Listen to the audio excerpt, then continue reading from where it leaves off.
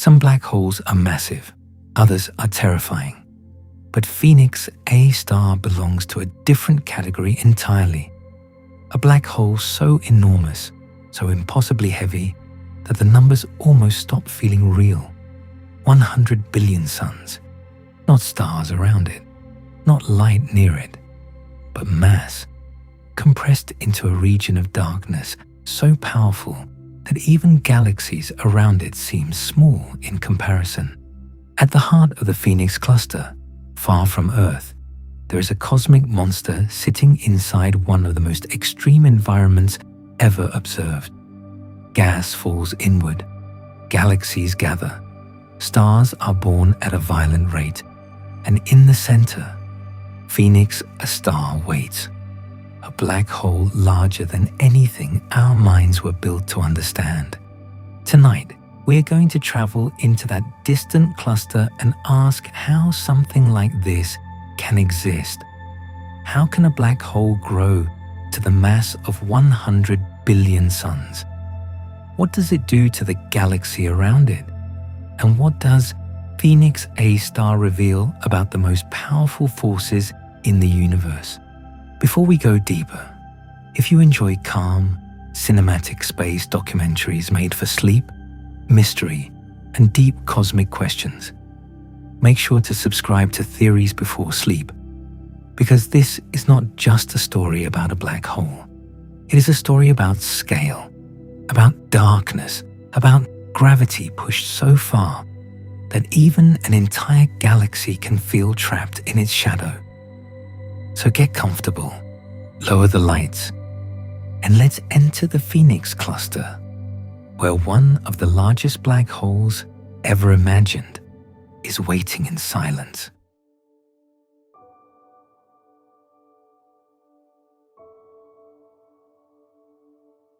At the center of one of the most extreme places ever found in the universe, there is a darkness so massive that ordinary words begin to fail. It is called Phoenix A. And if the highest estimates are correct, it may be the largest black hole ever known. Not millions of times the mass of the Sun, not billions, but possibly around 100 billion suns. A number so enormous that it no longer feels like astronomy. It feels like mythology. Phoenix A sits at the heart of the Phoenix cluster, a gigantic collection of galaxies located about 5.8 billion light-years from Earth in the direction of the constellation Phoenix. That means the light we see from this region began its journey when Earth was still young in comparison to today, long before humans, long before animals walked on land, long before our planet became the world we recognize. Across billions of years, that light traveled through the expanding universe, carrying with it the faint signature of something monstrous. A galaxy cluster, hot gas, star formation, X-rays, radio energy, and in the center, a black hole that seems almost too large to exist. The Phoenix cluster itself is already extreme. Galaxy clusters are the largest structures in the universe, held together by gravity. They contain hundreds, sometimes thousands of galaxies, all bound inside vast clouds of hot gas and dark matter. But Phoenix is not ordinary. It is one of the most massive and luminous galaxy clusters ever discovered. Its central region glows with hot gas at millions of degrees. Its galaxies sit inside a gravitational environment so powerful that the entire cluster behaves like a cosmic city of stars, gas, and invisible mass. And in the very center of that city lies Phoenix A, the brightest central galaxy of the cluster. Inside that galaxy, Phoenix A waits. Before scientists understood what they were looking at, The Phoenix cluster was first detected by the South Pole Telescope, a powerful observatory designed to scan the sky for galaxy clusters by studying subtle imprints left on ancient cosmic light. At first, it was known by a technical name, SPT CLJ2 3444243. Cold, precise, scientific. But because it lies in the direction of the Phoenix constellation, it became known as the Phoenix cluster. And the name could not have been more fitting. The phoenix is a mythical bird associated with fire, death, and rebirth. And this cluster is a place where something strange is happening. In most galaxy clusters, the central supermassive black hole prevents gas from cooling too quickly. It launches jets, stirs the surrounding material, heats the cluster gas, and slows down star formation. But in the Phoenix cluster, something different appears to be happening. The black hole is powerful, but not powerful enough to stop everything around it. Gas cools, stars form, the central galaxy awakens. Instead of shutting down star birth completely, the black hole seems to allow enormous amounts of gas to collapse and create new stars. That is part of what made the Phoenix cluster so shocking. It was not just massive, it was active, violent, bright. A place where galaxy evolution seemed to be happening at an extreme rate. And when scientists looked more closely, the central black hole became impossible to ignore. Because every major galaxy has a black hole at its center. Our Milky Way has Sagittarius A with a mass of about 4 million suns. That sounds enormous, and it is. But next to Phoenix A, Sagittarius A would be almost nothing. A tiny gravitational seed compared with a cosmic abyss. Even famous ultramassive black holes, the ones that already challenge our imagination, seem smaller beside Phoenix A if the highest estimates are correct. TON 618, often called one of the largest black holes known, is estimated at tens of billions of solar masses. But Phoenix A has been claimed by some estimates to reach around 100 billion solar masses. That would place it in a category beyond ordinary supermassive black holes. A stupendously large black hole. A gravitational object so massive that it forces scientists to ask whether our models of black hole growth are missing something important. Because black holes do not simply appear at this size. They must grow, they feed on gas, they swallow stars, they merge with other black holes. They sit at the centers of galaxies and consume matter across cosmic time. But even with billions of years available, reaching a mass of 100 billion suns is difficult to explain. How much matter would it need to consume? How many mergers would it require? How much gas would have to fall inward? How could it grow so large without destroying the very environment that feeds it? These are the questions that make Phoenix A so haunting. It is not only large, it is a problem, a challenge, a warning that the universe may be capable of building monsters far beyond the limits we once imagined. When the Phoenix cluster was studied in more detail, astronomers found a system full of contradictions. The central black hole should have been regulating the cluster.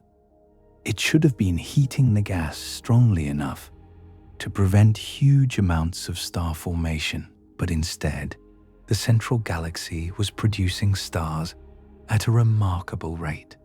In simple terms, The black hole was not doing its usual job properly, and that made the Phoenix cluster one of the most fascinating objects in modern astrophysics, because it showed what happens when the balance between a galaxy, its gas, and its black hole begins to fail. Usually, a supermassive black hole is not just a destroyer, it is also a regulator. It feeds, it erupts, it launches energy back into the galaxy. That energy can prevent gas from cooling too fast. It can stop stars from forming too quickly. It can control the life of the galaxy around it. But Phoenix A sits in a cluster where that balance appears unusually extreme. The environment around it is rich with gas. The central galaxy is forming stars. The cluster is glowing in X-rays, and the black hole itself may be one of the most massive ever estimated. That combination made astronomers pay attention, not because Phoenix A was easy to understand, but because it was not. And sometimes in science, the most important objects are the ones that refuse to behave. Phoenix A immediately became a symbol of the upper limit of black hole growth, a question at the edge of theory. How large can a black hole become? Is there a natural limit? Do black holes stop growing after a certain point because their own energy prevents more gas from falling in? Or can the centers of galaxy clusters create special conditions where black holes keep growing far beyond normal expectations? Phoenix A forces us to consider that the largest black holes may not live inside ordinary galaxies. They may live in the centers of galaxy clusters, places where enormous amounts of gas collect, where galaxies merge again and again, where dark matter creates deep gravitational wells, where the central galaxy becomes a cosmic sink, pulling material inward across billions of years. In that kind of environment, a black hole has opportunities no normal black hole could ever have. It can feed on gas cooling from the cluster. It can grow through mergers. It can sit at the center of a structure containing trillions of solar masses of material. And over cosmic time, it can become something almost unimaginable. That is what Phoenix A represents. Not a black hole born large, but a black hole shaped by one of the richest feeding grounds in the universe. Still, the exact mass remains difficult. We cannot place stars close to Phoenix A and watch them orbit the way we do near the Milky Way's black hole. It is too far away, too distant, too buried inside a massive galaxy cluster. So scientists rely on models, observations, and indirect evidence. That is why the most extreme numbers must be spoken carefully. But even with caution, Phoenix A remains one of the most fascinating black hole candidates ever discussed. Because whether its true mass is tens of billions of suns or reaches the astonishing 100 billion mark, the central fact remains the same. It is enormous. It belongs to the most extreme class of black holes in the universe, and it lives in a system that seems designed to test the limits of astrophysics. Compared to stellar mass black holes, Phoenix A is beyond comparison. A black hole formed from a dead star might contain 5, 10, or maybe dozens of solar masses. Phoenix A may contain billions upon billions. Compared to Sagittarius A, it is a giant beyond giants. Compared to the black holes in many galaxies, it sits in a class of cosmic rulers. It is not just the heart of a galaxy. It is part of the engine of an entire cluster. And the more we study it, the more unsettling it becomes. Because black holes are supposed to be simple in one way: mass, spin, charge. But the environments around them are not simple. And Phoenix A reminds us that black holes are not isolated holes in space.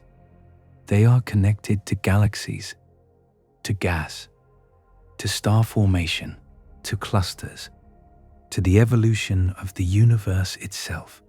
A black hole this massive does not merely sit in darkness. It shapes everything around it. Its gravity influences matter on enormous scales. Its energy changes the gas around the galaxy. Its behavior may decide whether stars are born or prevented from forming. It is a force hidden at the center of a vast cosmic system. And that is why it defies what we thought we knew. Not because black holes should not grow. They do. But because Phoenix A suggests that under the right conditions, growth can become almost absurd. The universe can build objects so massive that they seem to blur the line between black hole and cosmic structure. A single point of darkness with the mass of a galaxy's worth of stars. A gravitational monster sitting billions of light years away. A silent center around which unimaginable amounts of matter have gathered. And the question remains, how did it form? Was it born from a massive early seed? Did it grow through repeated galaxy mergers? Did it feed on huge flows of cooling gas inside the Phoenix cluster? Did it begin growing earlier than we thought possible? Or does Phoenix A point toward a missing chapter in our understanding of the universe? That is the mystery. And that is why this black hole matters.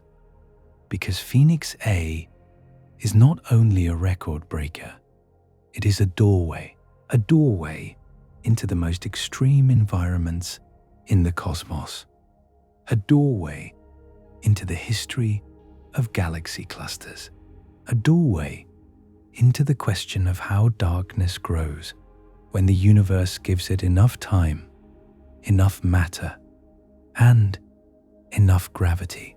Somewhere 5.8 billion light years away, the Phoenix cluster continues to shine. Its gas burns in X-rays. Its galaxies move through a deep gravitational web. Its central galaxy forms stars at a furious rate. And at the center of it all, Phoenix A waits.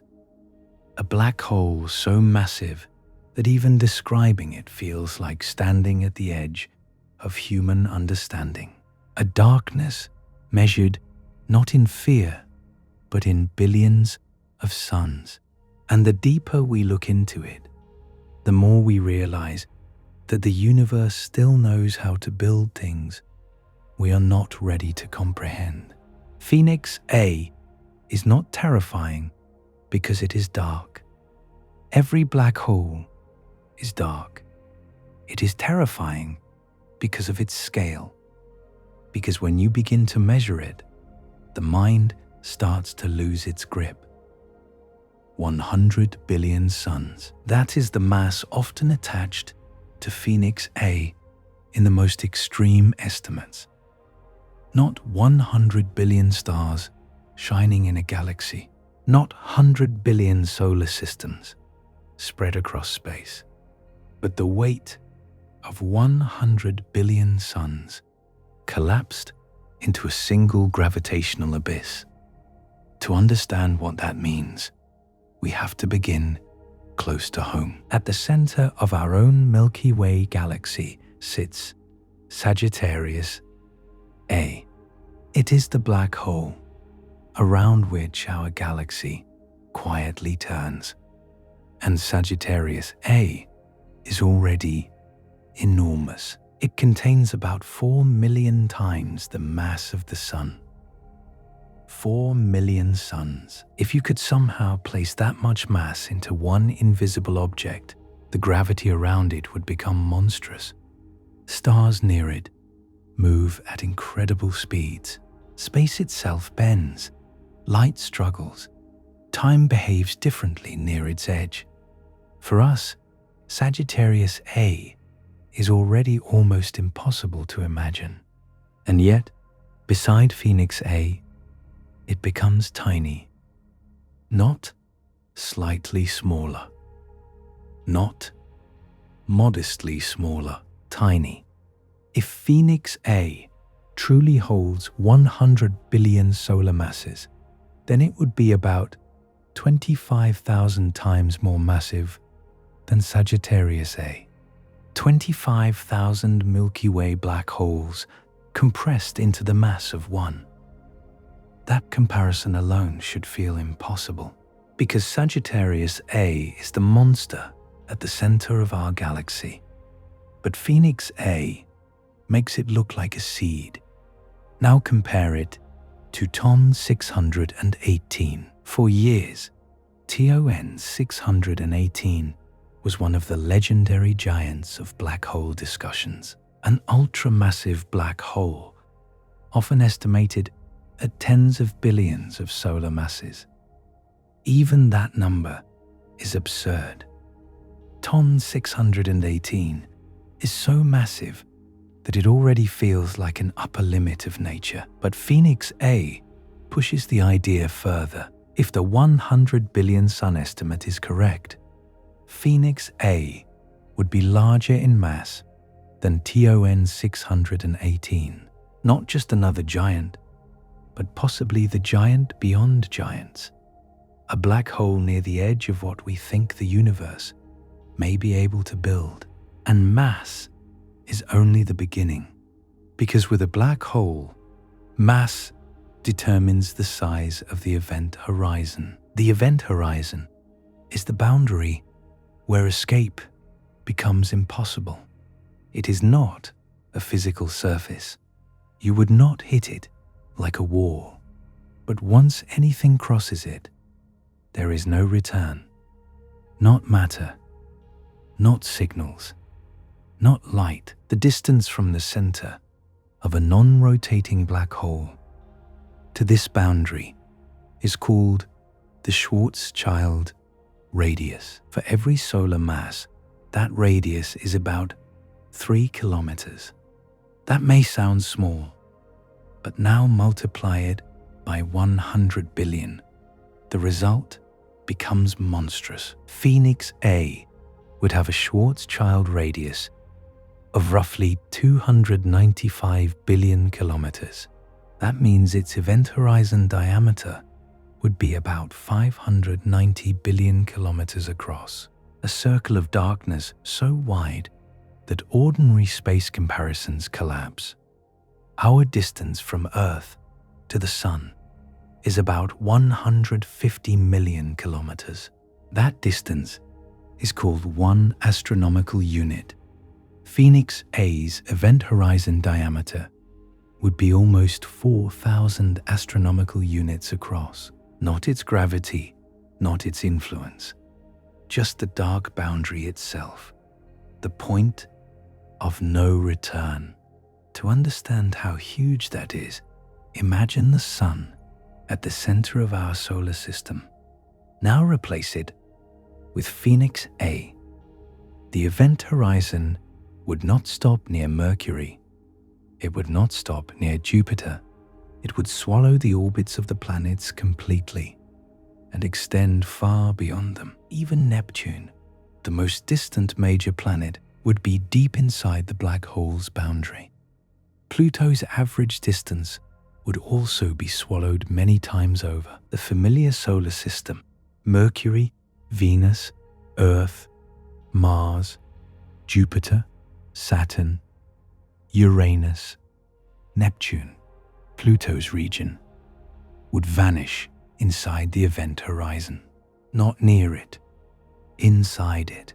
And if you imagine the planetary region of our solar system as something vast, Phoenix A makes it feel like a room inside a continent, a darkness wider than the realm of planets, a black hole whose shadow is not measured against worlds, but against entire systems. This is why numbers alone fail, because 590 billion kilometers is technically precise but emotionally meaningless. The human brain evolved to understand footsteps, trees, rivers, mountains, maybe the distance to the horizon. It did not evolve to understand a black hole whose event horizon could engulf the architecture of our solar system. So we need images.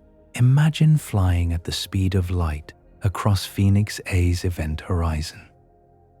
Light itself travels about 300,000 kilometers every second. At that speed, you can go around Earth more than 7 times in 1 second. You can reach the moon in a little over 1 second. You can cross the distance from Earth to the Sun in about 8 minutes. But to cross the full diameter of Phoenix A's event horizon, light would need more than 3 weeks. More than 3 weeks just to cross the darkness from one side to the other. That is not a hole. That is a cosmic territory, a region of no return, so large that light, the fastest thing in the universe, still needs weeks to cross it. And all of that comes from mass, 100 billion suns. But what does that actually mean? The sun itself is already enormous. It contains 99.8% of all the mass in our solar system. All the planets, moons, asteroids, comets, dust, and spacecraft combined are almost nothing compared to the sun. Jupiter, the largest planet, is huge compared to Earth, but the sun is still more than 1,000 times more massive than Jupiter. Now imagine 100 billion suns. That is not just a star cluster. That is the mass of an entire galaxy's worth of stars in some cases. Many galaxies contain fewer stars than that. So when we say Phoenix A may have the mass of 100 billion suns, we are saying that the center of the Phoenix cluster may contain a single object heavier than entire galaxies. A black hole whose mass is not planetary, not stellar, not even galactic in the ordinary sense. It is something beyond the usual categories. It is a gravitational empire, and gravity does not stop at the event horizon. The event horizon is only the boundary where escape becomes impossible.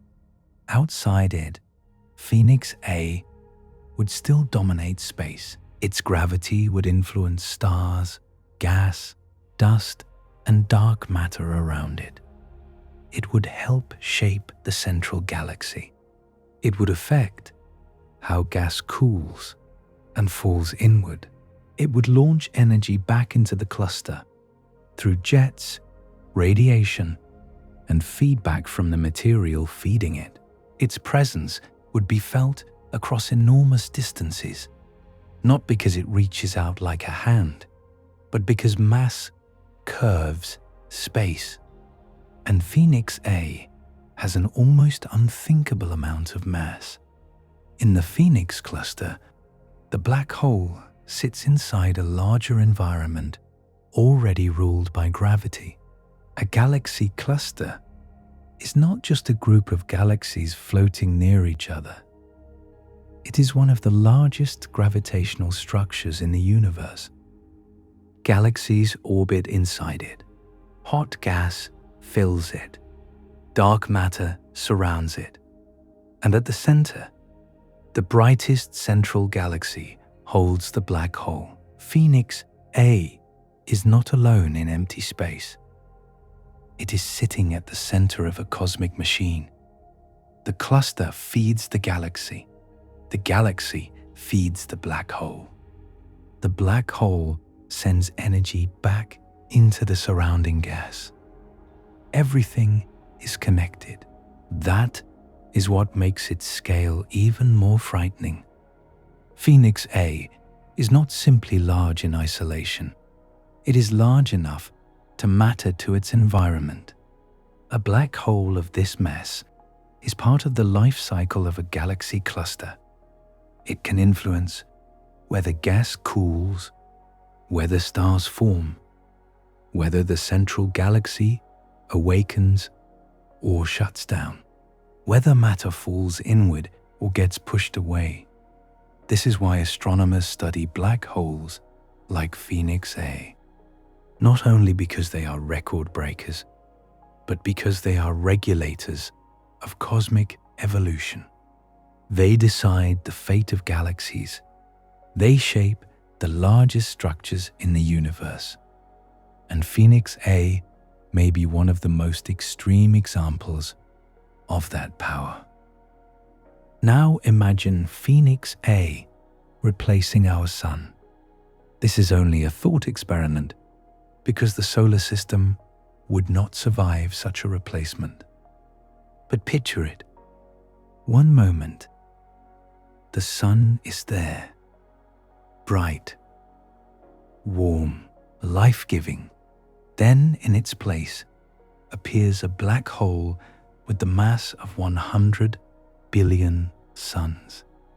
There would be no stable Earth orbit, no seasons, no daylight, no solar system as we know it. The planets would not simply continue circling as before. Their entire gravitational reality would be destroyed. But even before thinking about orbits, the size alone is impossible. The event horizon would extend far beyond the planets. Earth would not orbit it. Earth would be inside it. Jupiter would be inside it. The entire familiar map of our cosmic neighborhood would disappear beneath a boundary of darkness. And beyond that boundary, the black hole's gravity would continue influencing space for vast distances. It would turn our local region into something completely unrecognizable. This is where the scale becomes emotional, because humans often feel small under a night sky. We look up at stars and understand, briefly, that Earth is not the center of everything. But Phoenix A takes that feeling and deepens it. It shows us that the universe can build objects so massive that planets become irrelevant. Stars become numbers. Solar systems become swallowed regions. Galaxies become feeding grounds. Human history becomes less than a breath. Everything we know, every city, every ocean, every mountain, every living thing, every memory of our species exists on one small planet, orbiting one ordinary star. And Phoenix A contains the mass of 100 billion of those stars. That comparison is not meant to make life feel meaningless. It does the opposite. It makes awareness feel miraculous, because somehow, from a tiny world around a tiny star, human beings can think about something this large. We can calculate it, name it, model it, compare it, fear it, wonder at it. A creature standing on a small planet can imagine a black hole whose event horizon could swallow the solar system. That is one of the strangest things in the universe. Not only that Phoenix A exists, but that we can know about it. Still, even with all our numbers, there is a limit.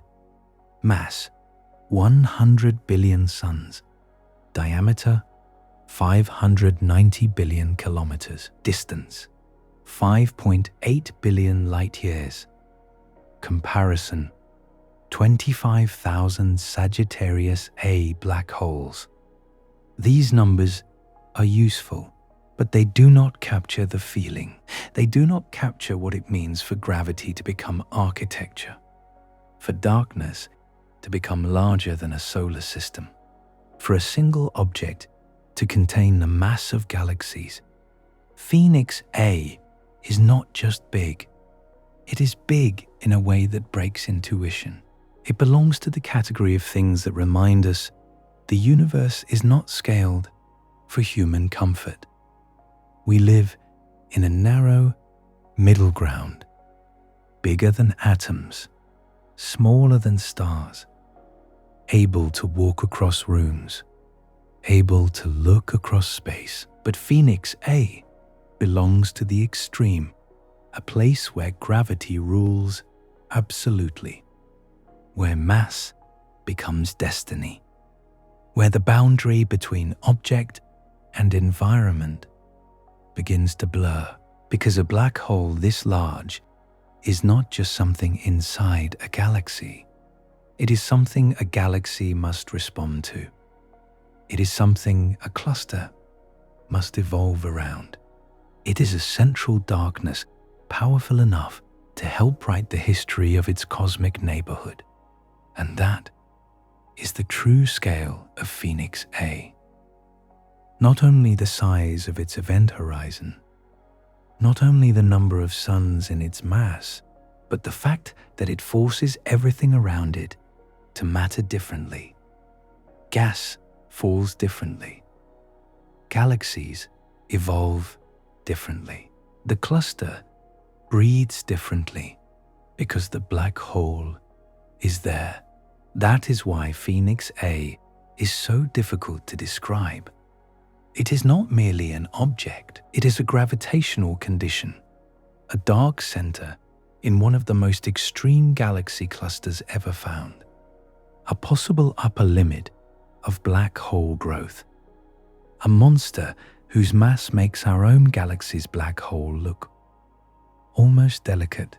And when we try to imagine it, we are really trying to imagine the edge of scale itself, a darkness larger than the solar system, a mass heavier than galaxies, a silence billions of light years away, and a reminder that the universe does not need to be understandable to be real. Before we can understand Phoenix A, we have to understand the place that created it. Because this black hole does not sit in an ordinary galaxy. It sits at the center of something far larger, a galaxy cluster, one of the most extreme structures ever found in the universe, the Phoenix cluster, located about 5.8 billion light years from Earth.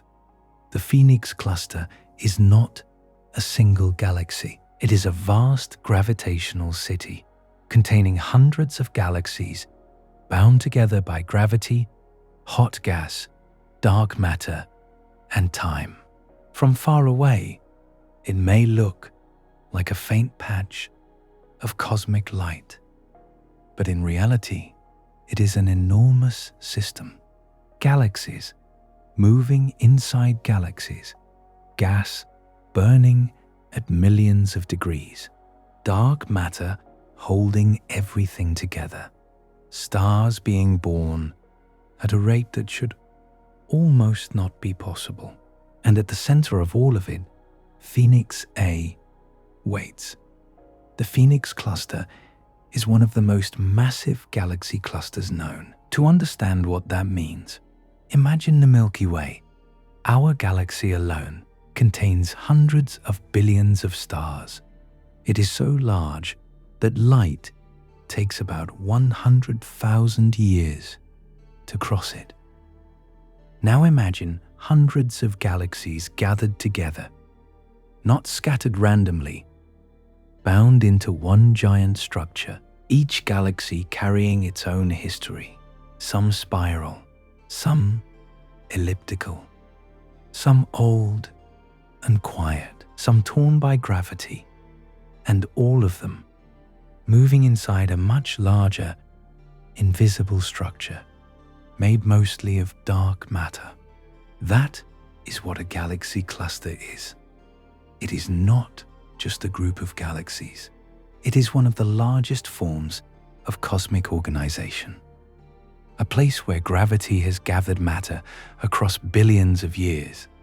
The Phoenix cluster is one of these enormous systems, but it is not normal even by cluster standards. It is brighter, hotter, more active, more extreme. It was already extraordinary before scientists began focusing on the black hole at its center, because the cluster itself was giving off enormous X-ray emissions. X-rays are not produced by ordinary cool gas. In galaxy clusters, X-rays usually come from gas heated to millions of degrees. This gas fills the space between galaxies. It is not inside stars. It is not inside planets. It is spread across the cluster like a vast invisible ocean of superheated plasma. And the Phoenix cluster is one of the most powerful X-ray producing clusters ever observed. That means something enormous is happening there. The gas is hot. The gravity is intense. The energy is immense. But the strange thing is this. At the center of the Phoenix cluster, some of that hot gas is cooling. And when gas cools, it can collapse. And when gas collapses, it can form stars. This is called a cooling flow. In many galaxy clusters, cooling flow should happen more often. The hot gas in the center should cool, fall inward, and create enormous bursts of star formation. But usually, something stops it. The central black hole.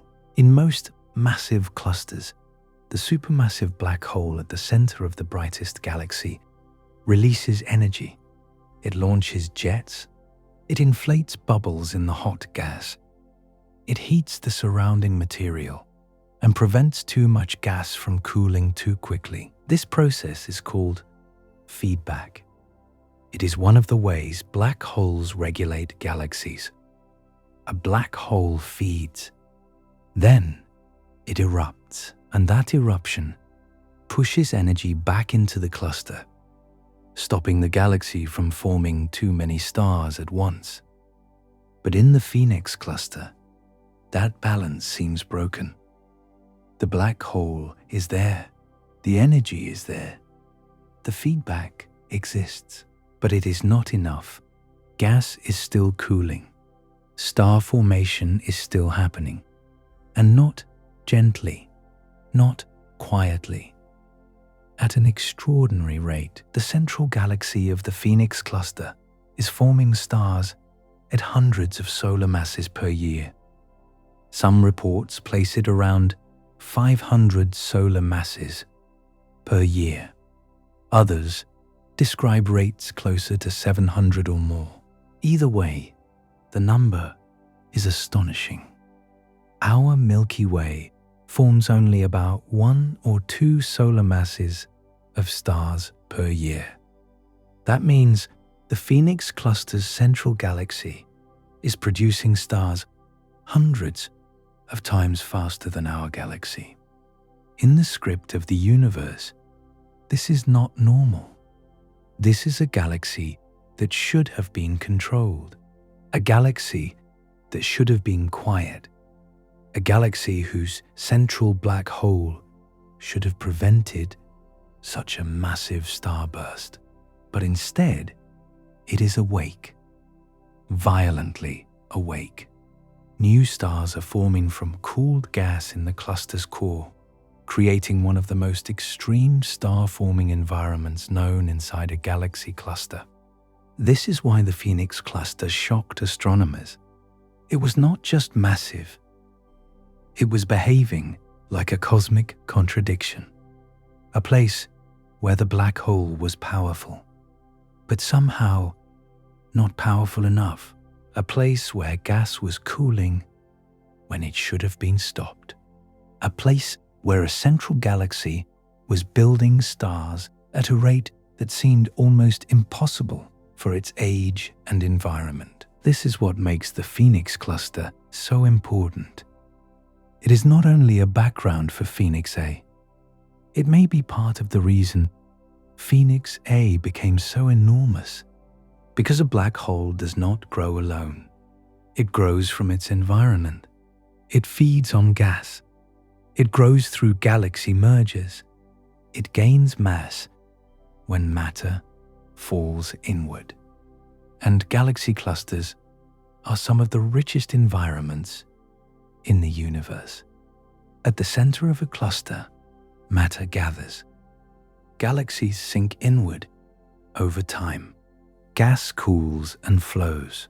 The brightest central galaxy becomes a kind of cosmic drain, collecting material from the surrounding cluster.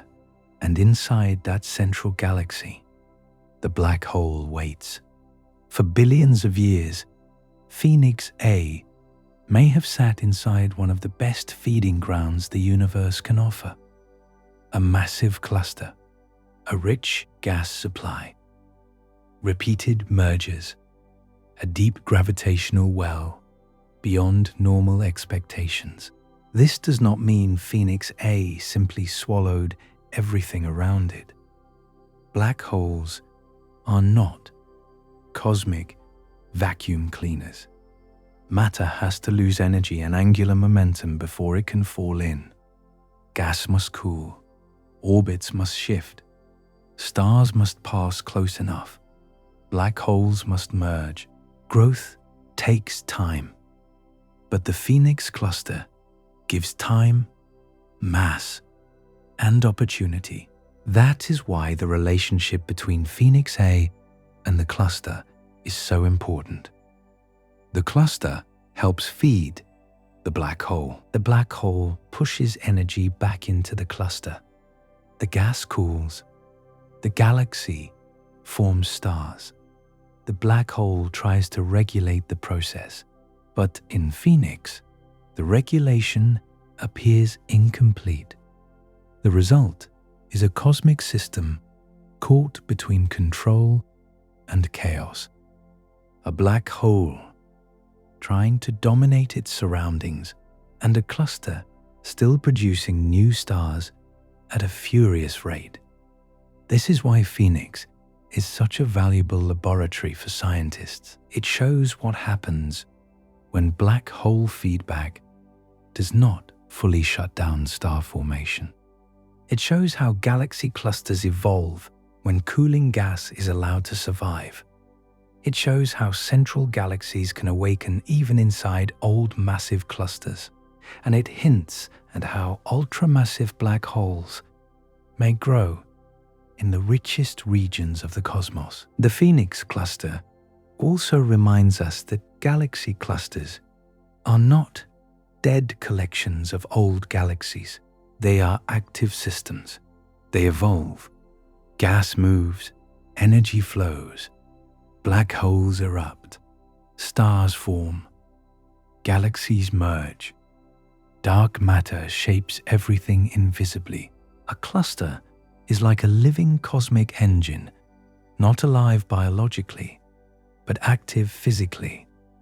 And Phoenix is one of the most extreme engines we have ever seen. At its center, the gas is cooling at an enormous rate.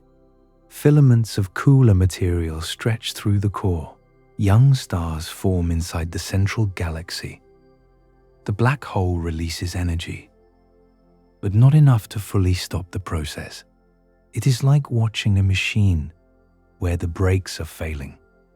The system is still controlled enough to hold together, but uncontrolled enough to produce something spectacular.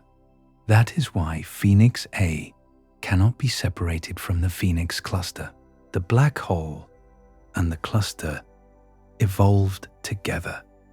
The cluster provided the environment. The black hole shaped the core. The central galaxy grew from the flow of material.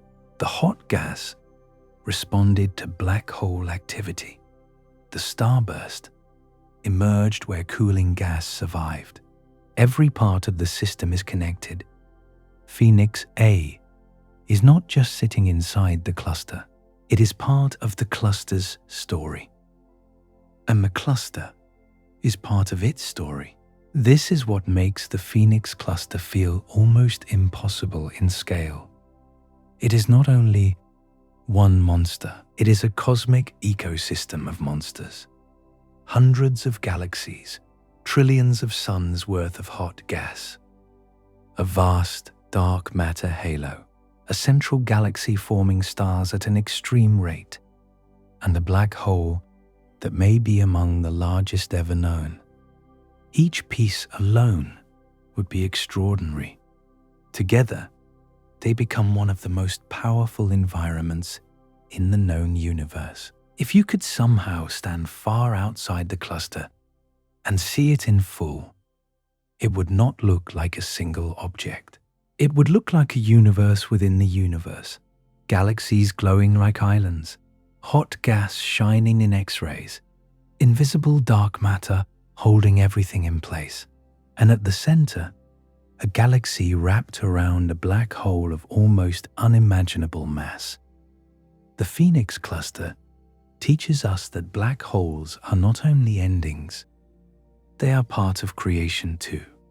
They destroy, they feed, they regulate.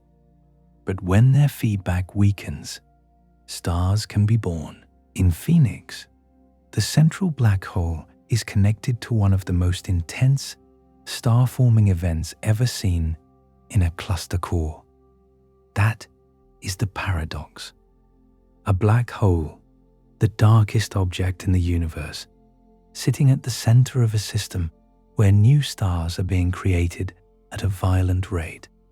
Darkness and birth, destruction and creation, silence and fire, all in the same place.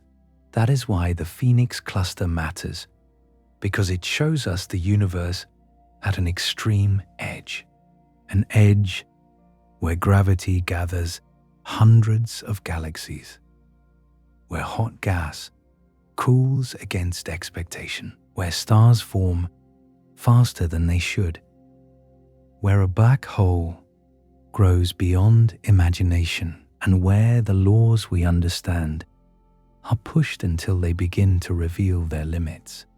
Phoenix A is terrifying because of its size, but the Phoenix cluster is terrifying because it shows how such a thing might be possible. A black hole like Phoenix A does not need magic. It needs a universe rich enough to feed it, a cluster massive enough to surround it, gas dense enough to flow inward, time long enough for growth, and gravity deep enough to hold it all together. That is the true horror and beauty of the Phoenix cluster. It is not an accident. It is a machine built by gravity across billions of years. And at the center of that machine, the largest darkness may have found everything it needed to become almost impossible. The greatest mystery of Phoenix A is not only its size, it is how something like this could ever form, because black holes are not supposed to begin as monsters. They begin with death. A massive star reaches the end of its life. Its fuel runs out. The pressure pushing outward collapses. Gravity takes over. The core falls inward, and if the remaining mass is great enough, nothing can stop it. A black hole is born. That is the standard story. A star dies and leaves behind darkness. But a stellar black hole is small compared to Phoenix A. A black hole formed from a collapsing star may contain a few times the mass of the Sun, maybe 10, maybe dozens. In rare cases, perhaps more. But Phoenix A is not 10 suns. It is not 100. It is not 1 million. It may be 100 billion suns. And that is the problem. You cannot build Phoenix A from one dead star, not even from one extremely massive dead star. Stellar collapse can create the seed, but not the empire. Something had to happen after, something long, something violent, something that lasted across billions of years. The first possibility is mergers. Galaxies do not live alone forever. Across cosmic time, they collide, blend, and consume one another. When two galaxies merge, their stars mostly pass between each other because the distances are so vast. But their gas clouds collide, their shapes distort, their centers sink together, and in those centers, there are black holes. Almost every large galaxy has a supermassive black hole at its heart. So when galaxies merge, their central black holes may eventually spiral toward one another. They orbit, they lose energy, they come closer, and finally, they merge. One black hole becomes larger, then another galaxy arrives, another merger, another black hole added to the growing darkness. Over billions of years, this process can build something enormous. Phoenix A sits at the center of the Phoenix cluster, one of the richest environments a black hole could ever have. Hundreds of galaxies, vast clouds of hot gas, a deep gravitational well, a central galaxy surrounded by material falling inward across time. In such a place, mergers are not rare accidents. They are part of the history of the cluster. A smaller galaxy falls inward. Its stars are stripped. Its gas is disturbed. Its central black hole begins the slow journey toward the middle. Then, after millions or billions of years, it joins the central monster. Again and again, the mass grows, not quickly in a human sense, but relentlessly in a cosmic sense. A black hole like Phoenix A may be the result of an ancient chain of collisions. Not one event, not one explosion, but a long history of galaxies falling together, each merger adding weight, each collision feeding the center, each swallowed core helping the black hole become more impossible. But mergers alone may not be enough, because to reach the most extreme masses, a black hole must also feed. It must accrete matter, gas, dust, stars, material from disrupted galaxies, streams of plasma, cooling inside the cluster. Accretion is the process of matter falling toward a black hole, but it does not usually fall straight in. It forms a disk around the black hole, an accretion disk. This disk can become one of the brightest structures in the universe. Matter spirals inward. Friction heats it. Gas becomes plasma. Radiation pours outward. Magnetic fields twist. Jets may launch from near the black hole. And while the black hole itself remains dark, the material dying around it can shine brighter than entire galaxies. That is how black holes grow. They do not simply sit and wait. They feed through disks of falling matter. For Phoenix A, the feeding ground may have been extraordinary. The Phoenix cluster contains enormous amounts of gas. In its central regions, some of this gas can cool and flow inward. That cooling material can form stars, but some of it may also reach the central black hole. Over billions of years, Phoenix A may have been fed by rivers of gas flowing from the cluster itself. Not little streams, cosmic rivers, material falling inward from one of the most massive environments ever observed. This is why Phoenix A is so different from the black hole in our Milky Way. Sagittarius A lives in a quiet galaxy compared to Phoenix. It does not sit inside a cluster core producing stars at an extreme rate. It does not have the same ocean of cooling gas surrounding it. It has grown, but slowly. Phoenix A may have grown in a storm, a feeding environment where galaxies merged, gas cooled, and matter repeatedly found its way toward the center. But there is another possibility. Maybe Phoenix A did not begin as a normal small seed. Maybe it began large. This is the direct collapse idea. In the early universe, conditions were different. Gas clouds were more primitive. Heavy elements were rare. The first stars and galaxies were forming. Some regions may have contained massive clouds of gas that collapsed directly into black holes without first forming ordinary stars. These direct collapse black holes could have started much larger than stellar black holes. Not 10 suns, not 100, maybe 10,000, maybe 100,000, maybe even more. A larger seed makes the problem easier.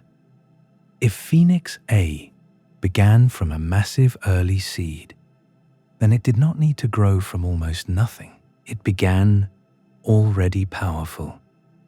Then, mergers and accretion built it into something far larger. This matters because astronomers have found very massive black holes surprisingly early in cosmic history. Some quasars in the early universe contain black holes that already had billions of solar masses when the universe was still young. That is difficult to explain.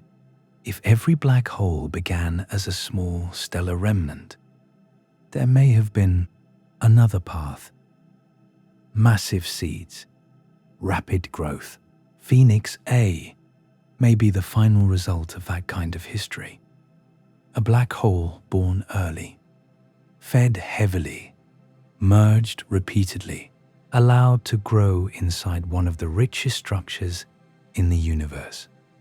Then there is the most extreme idea, primordial black holes. These would not form from stars at all.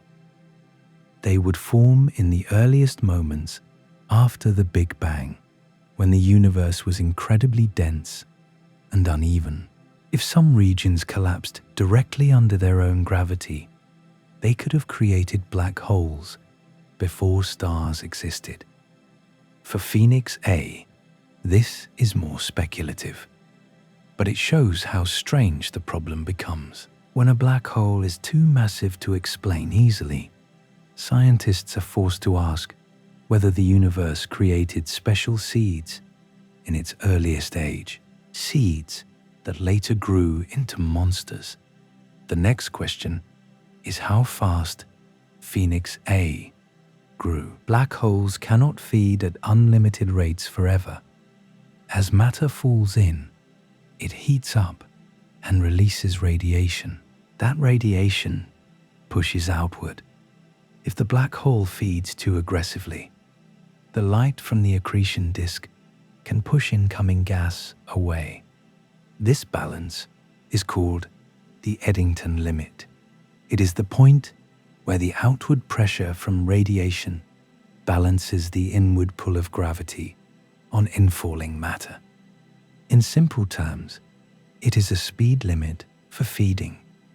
A black hole can only eat so fast before its own brightness fights back. But the universe does not always follow simple limits perfectly. Some black holes may experience super Eddington accretion, where they feed faster than the standard limit for periods of time. This can happen if gas falls in through thick disks, if radiation escapes unevenly, or if the geometry of the feeding flow allows matter to keep moving inward. If Phoenix A grew extremely fast, it may have spent parts of its history feeding near or above the Eddington limit. That does not mean it broke physics. It means the conditions around it may have allowed unusually efficient growth. Dense gas, a deep gravitational environment, repeated mergers, cooling flows, a central galaxy constantly supplied with new material. Imagine an accretion disk around Phoenix A during its most active age.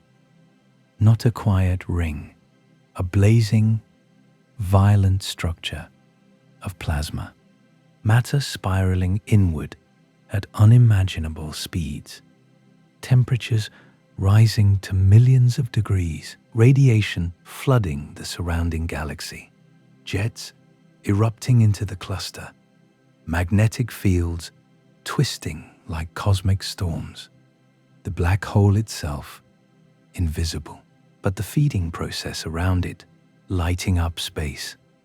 This may have been Phoenix A at its most dangerous, a quasar-like phase, a time when it was not only massive, but actively growing, consuming gas, absorbing black holes, disturbing the galaxy around it, heating the cluster. And yet, even while it fed, it may not have stopped star formation completely. That is one of the mysteries of the Phoenix cluster. Usually, black hole feedback suppresses star formation in cluster centers. The black hole releases energy, heats the gas, and prevents too much cooling. But in Phoenix, cooling and star formation are still extreme. This suggests that the balance between feeding and feedback is unusual. The black hole is powerful, but the cluster is even richer. The black hole pushes back, but gas still cools. The system is not dead. It is alive with motion. So did Phoenix A stop growing? Maybe not. Black holes never truly stop growing if material continues to reach them. But growth can slow. When a black hole becomes active, it releases energy that can heat or blow away surrounding gas. This feedback reduces the amount of material available to feed it. Over time, the black hole can regulate itself. It eats, it erupts, it starves, then gas cools again. Then it feeds again. A cycle. Phoenix A may be inside one of these cycles, but at a scale almost beyond comprehension. Maybe it grew most violently in the early universe, when gas was more abundant and galaxies merged more often. Maybe it gained much of its mass during repeated cluster mergers. Maybe it is still growing now, slowly, from cooling gas in the cluster core. Or maybe its greatest growth has already passed, and what we see today is the remnant of a monster that once shone far brighter. A black hole's history is written not in a single moment, but in everything around it. The central galaxy, the star formation, the hot gas, the X-ray bubbles, the cooling flow, the mergers, the shape of the cluster. Phoenix A is not just an object. It is the fossil record of cosmic violence. It may have formed from a massive early seed. It may have grown through billions of years of galaxy mergers. It may have fed from a gigantic accretion disk. It may have consumed gas from the cluster core.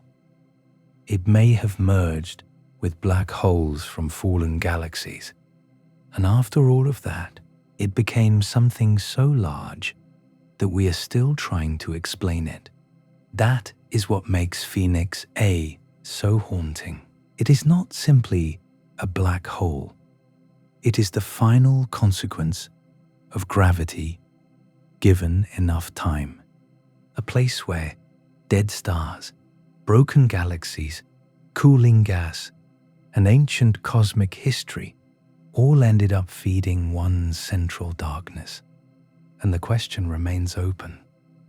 Was Phoenix A inevitable in such an extreme cluster?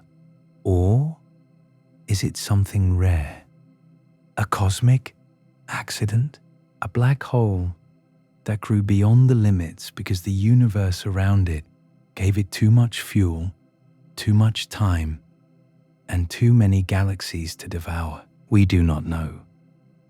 But that uncertainty is what makes it powerful. Because Phoenix A may be telling us that the universe can build darkness in ways we still do not fully understand. Not from one dying star, not from one galaxy, but from billions of years of collapse, collision, hunger, and gravity. A black hole born from the long memory of the cosmos itself. The true terror of Phoenix A is not the darkness itself. It is the boundary around that darkness. The edge, the line, the place where the universe stops giving anything back. This boundary is called the event horizon. And for Phoenix A, if the most extreme mass estimates are correct, that boundary is larger than anything our minds were built to imagine. A black hole is not simply a dark sphere floating in space. It is a region where gravity has become so intense that escape is impossible. Outside the event horizon, there is still a chance. A spacecraft with enough speed could move away. Light could still escape. Signals could still reach the universe beyond. But cross the event horizon and everything changes. Not because you hit a wall, not because the surface burns you, not because there is some visible shell. The event horizon is not a solid object. It is a point of no return, a boundary in space-time itself. Once anything passes it, every possible path leads deeper inward. Even light, the fastest thing in the universe, can no longer climb out. That is what makes black holes black. Not that they absorb light like ordinary dark material, but that light inside the event horizon has no future path that leads back out. It is trapped by geometry, by the shape of space itself. For a small black hole, the event horizon may be only a few kilometers wide. For a stellar black hole, it may be the size of a city, a mountain range, or a small world. But Phoenix A belongs to another scale entirely. If Phoenix A has a mass of 100 billion suns, its event horizon would have a diameter of roughly 590 billion kilometers. Try to hold that number for a moment. 590 billion kilometers. That is not the size of a planet, not the size of a star, not even the ordinary size of a solar system.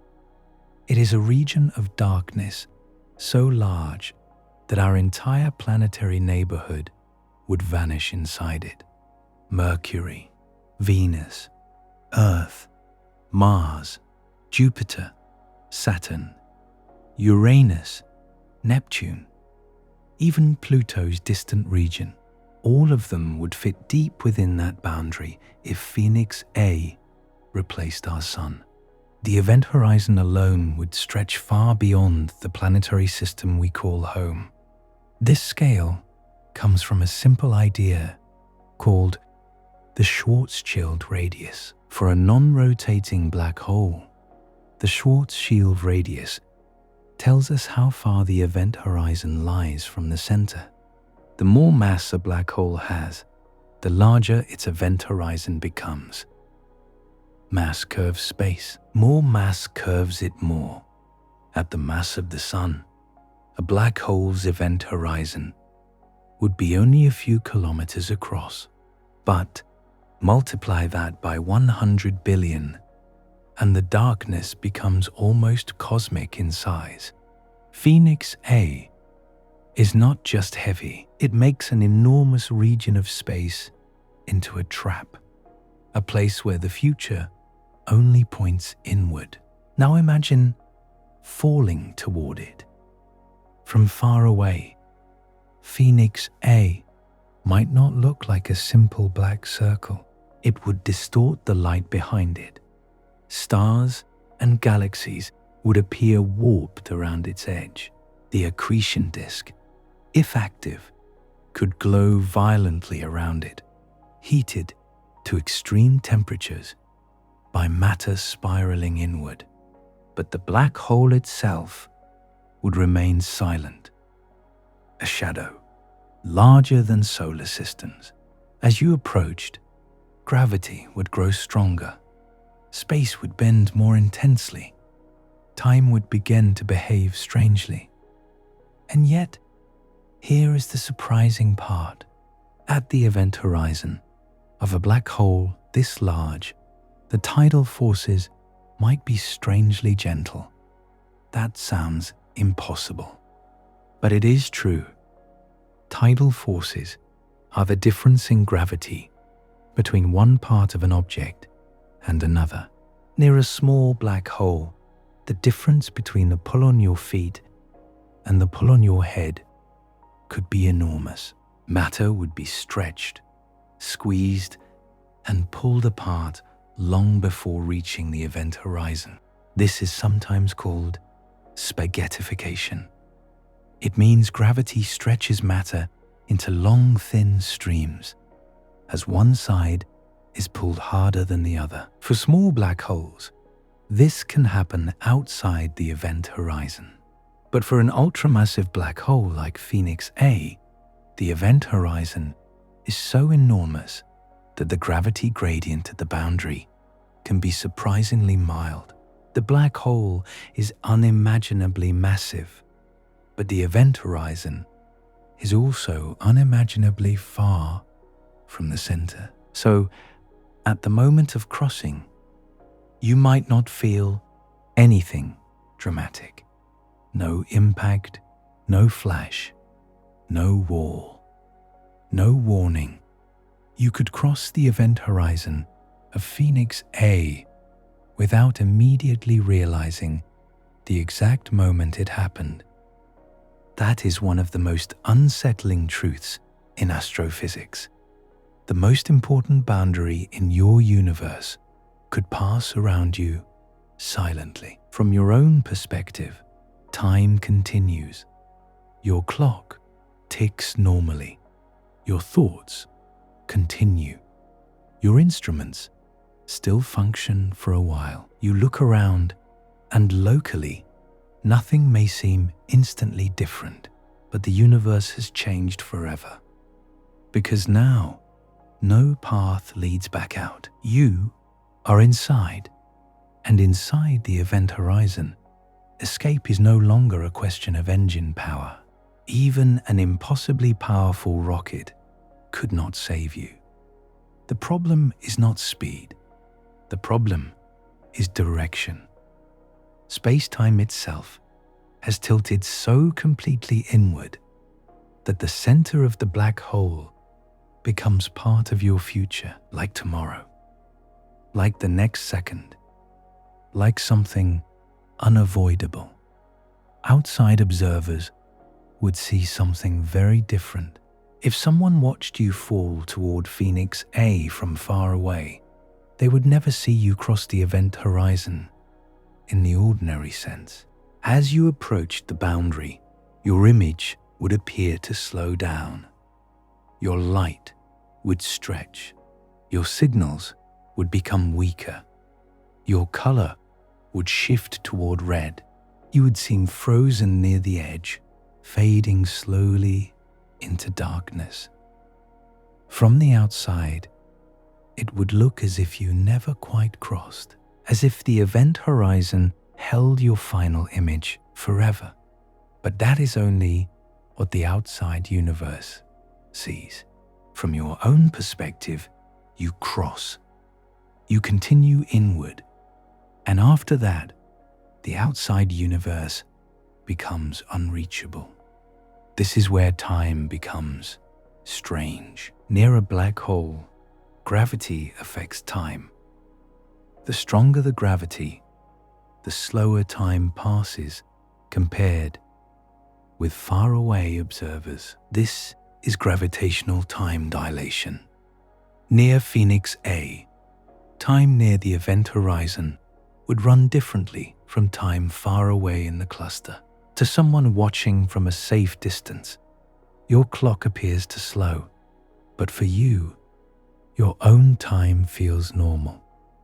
The deeper you fall, the more extreme the difference becomes. Some descriptions say that an infalling observer might see the outside universe speed up. In reality, what you could see depends on the black hole's rotation, your path, the light reaching you, and the extreme distortion around you. But the idea remains haunting. Black holes separate experiences of time. Outside, you fade. Inside, you fall. Two realities, both true, both impossible to reconcile in ordinary human language. And beyond the event horizon, we do not truly know what exists in a physical sense. General relativity tells us what the mathematics predicts. It says that at the center of a non-rotating black hole, there is a singularity, a place where density becomes infinite, a place where space-time curvature becomes infinite, a place where the equations break. But most physicists believe infinite is not the final answer. It is a sign that our theory has reached its limit. General relativity is powerful.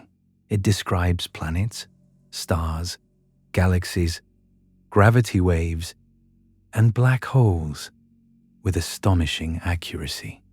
But at the singularity, it collides with the unknown. There, gravity must meet quantum physics, and we do not yet have a complete theory that unites them. So the singularity is not only a place, it is a question, a place where our understanding stops. If you crossed Phoenix A's event horizon, the singularity would lie somewhere ahead in your future. But because Phoenix A is so large, the time between crossing the horizon and reaching the center could be much longer than for a small black hole. For a stellar black hole, the final fall could be very brief. For Phoenix A, the interior scale is enormous. You might have hours, maybe longer depending on the path and assumptions, before tidal forces became overwhelming. That does not make it survivable in any meaningful way. It only makes it stranger. A small black hole destroys quickly near the edge. An ultramassive black hole lets you enter calmly, then seals the universe behind you. Eventually, tidal forces would grow stronger. As you move closer to the center, gravity changes more dramatically across distance. Matter would be stretched, atoms disrupted. Everything that falls inward becomes part of the final mystery. Not because the black hole is angry, not because it is alive, but because gravity has become absolute. There is no surface to land on, no bottom to stand on, only inward, only the future narrowing toward the center. And yet, even Phoenix A is not truly eternal. Black holes can lose energy through a theoretical process called Hawking radiation. According to quantum theory, black holes are not perfectly permanent. They can very slowly evaporate over unimaginable timescales. For a small black hole, this process could matter more quickly. But for a black hole like Phoenix A, Hawking radiation is almost meaningless on any cosmic timescale we can relate to. The larger the black hole, the colder it is, the slower it evaporates. A black hole with the mass of Phoenix A would take something like 10 to the 100th years to evaporate. That is not simply longer than human history, not simply longer than Earth's lifetime, not simply longer than the age of the universe. It is so much longer that the current age of the universe becomes almost nothing by comparison. The universe is about 13.8 billion years old. Phoenix A could exist for a timescale so vast that stars will die, galaxies will fade, and the universe itself will change beyond recognition, long before the black hole disappears. In the deep future, after the last stars burn out, black holes may be among the final objects left, silent, cold, slowly evaporating into darkness. And Phoenix A would outlast almost all of them. A black hole born from the violence of galaxies, remaining long after galaxies themselves grow dim. That is the final scale of the event horizon. It is not only a boundary in space, it is a boundary in time, a region that swallows light, a region that separates observers, a region that hides the singularity, a region that may last for a future so long that the word forever almost feels appropriate, even though physics says it is not. Phoenix A is terrifying because its event horizon is calm, because its darkness is quiet, because the point of no return is not marked by thunder or fire. It is simply a place where escape becomes impossible, a silent line around one of the largest masses ever imagined.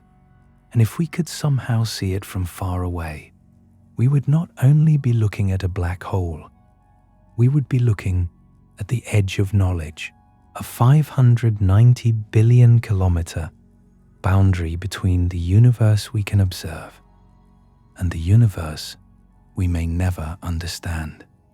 Phoenix A is not sleeping, at least not in the light we can see. It may sit in darkness, hidden at the center of a distant galaxy cluster, but around it, the Phoenix cluster is alive with motion. Hot gas moves, stars are born, X-rays glow, jets carve empty spaces through the cluster's atmosphere, and somewhere inside the central galaxy, the black hole is still shaping everything around it. The strange part is that we cannot watch Phoenix A directly the way we would watch a nearby object. It is too far away, too hidden, too buried inside one of the most extreme galaxy clusters ever observed. What we see is not the black hole itself. We see its consequences. We see the gas around it, the energy it releases, the cavities it carves, the star formation it fails to fully stop. the scars it leaves across hundreds of thousands of light years. A black hole does not need to be visible to dominate its environment. Phoenix A proves that. The first question is simple. Is Phoenix A still feeding? The honest answer is probably, but not in the violent way it may have fared in the past. A black hole feeds when matter falls toward it. Gas, dust, stars, and plasma spiral inward, forming an accretion disk around the event horizon. This disk heats up, glows, twists through magnetic fields, and releases enormous amounts of energy before some of the material disappears forever. That feeding process can turn a black hole into an active galactic nucleus, a cosmic engine, a place where gravity converts falling matter into radiation, jets, and feedback strong enough to reshape entire galaxies. Phoenix A sits inside a cluster where gas is cooling toward the center. That means material is available. It means the black hole has fuel nearby, but the system is complicated. In many galaxy clusters, the central black hole releases enough energy to prevent too much gas from cooling. It heats the cluster core. It stops star formation from becoming extreme. It acts almost like a thermostat. But in Phoenix, the thermostat seems imperfect. The black hole is active. It produces energy. It launches jets. It carves cavities. But it does not completely stop the cooling gas. And because of that, stars are still forming at an extraordinary rate. That is what makes Phoenix so fascinating.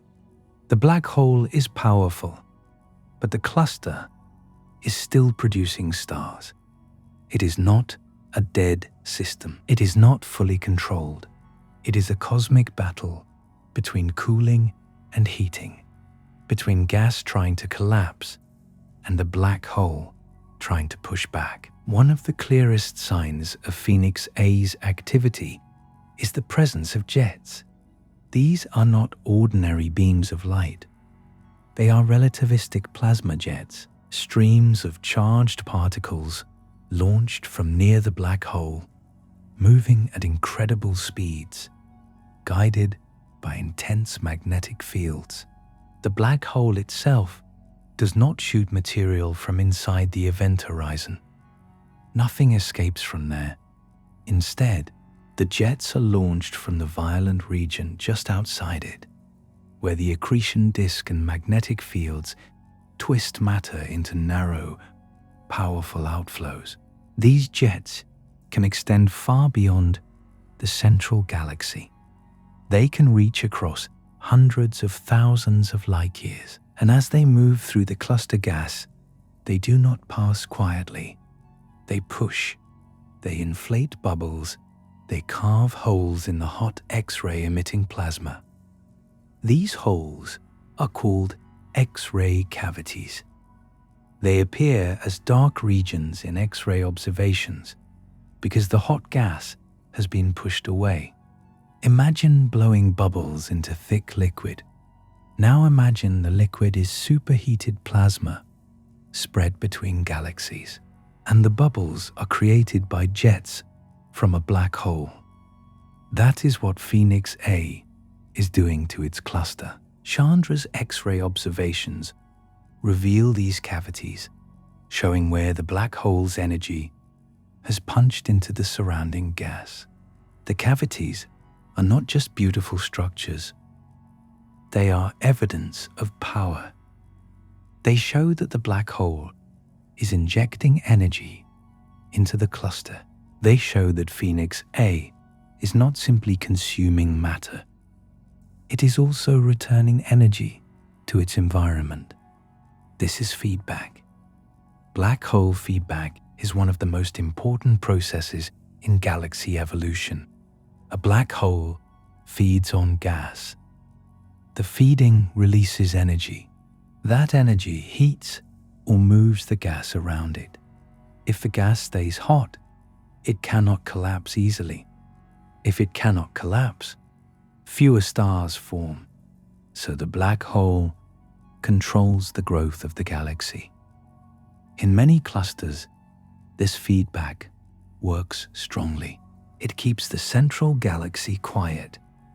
It prevents runaway star formation. But Phoenix is different. The feedback exists, but it is not enough to fully stop the cooling flow. Instead, something more unusual seems to happen. The jets may lift cooler gas away from the center, pulling it outward along the edges of the cavities. Once that gas is carried farther from the black hole, it can cool more efficiently and form stars.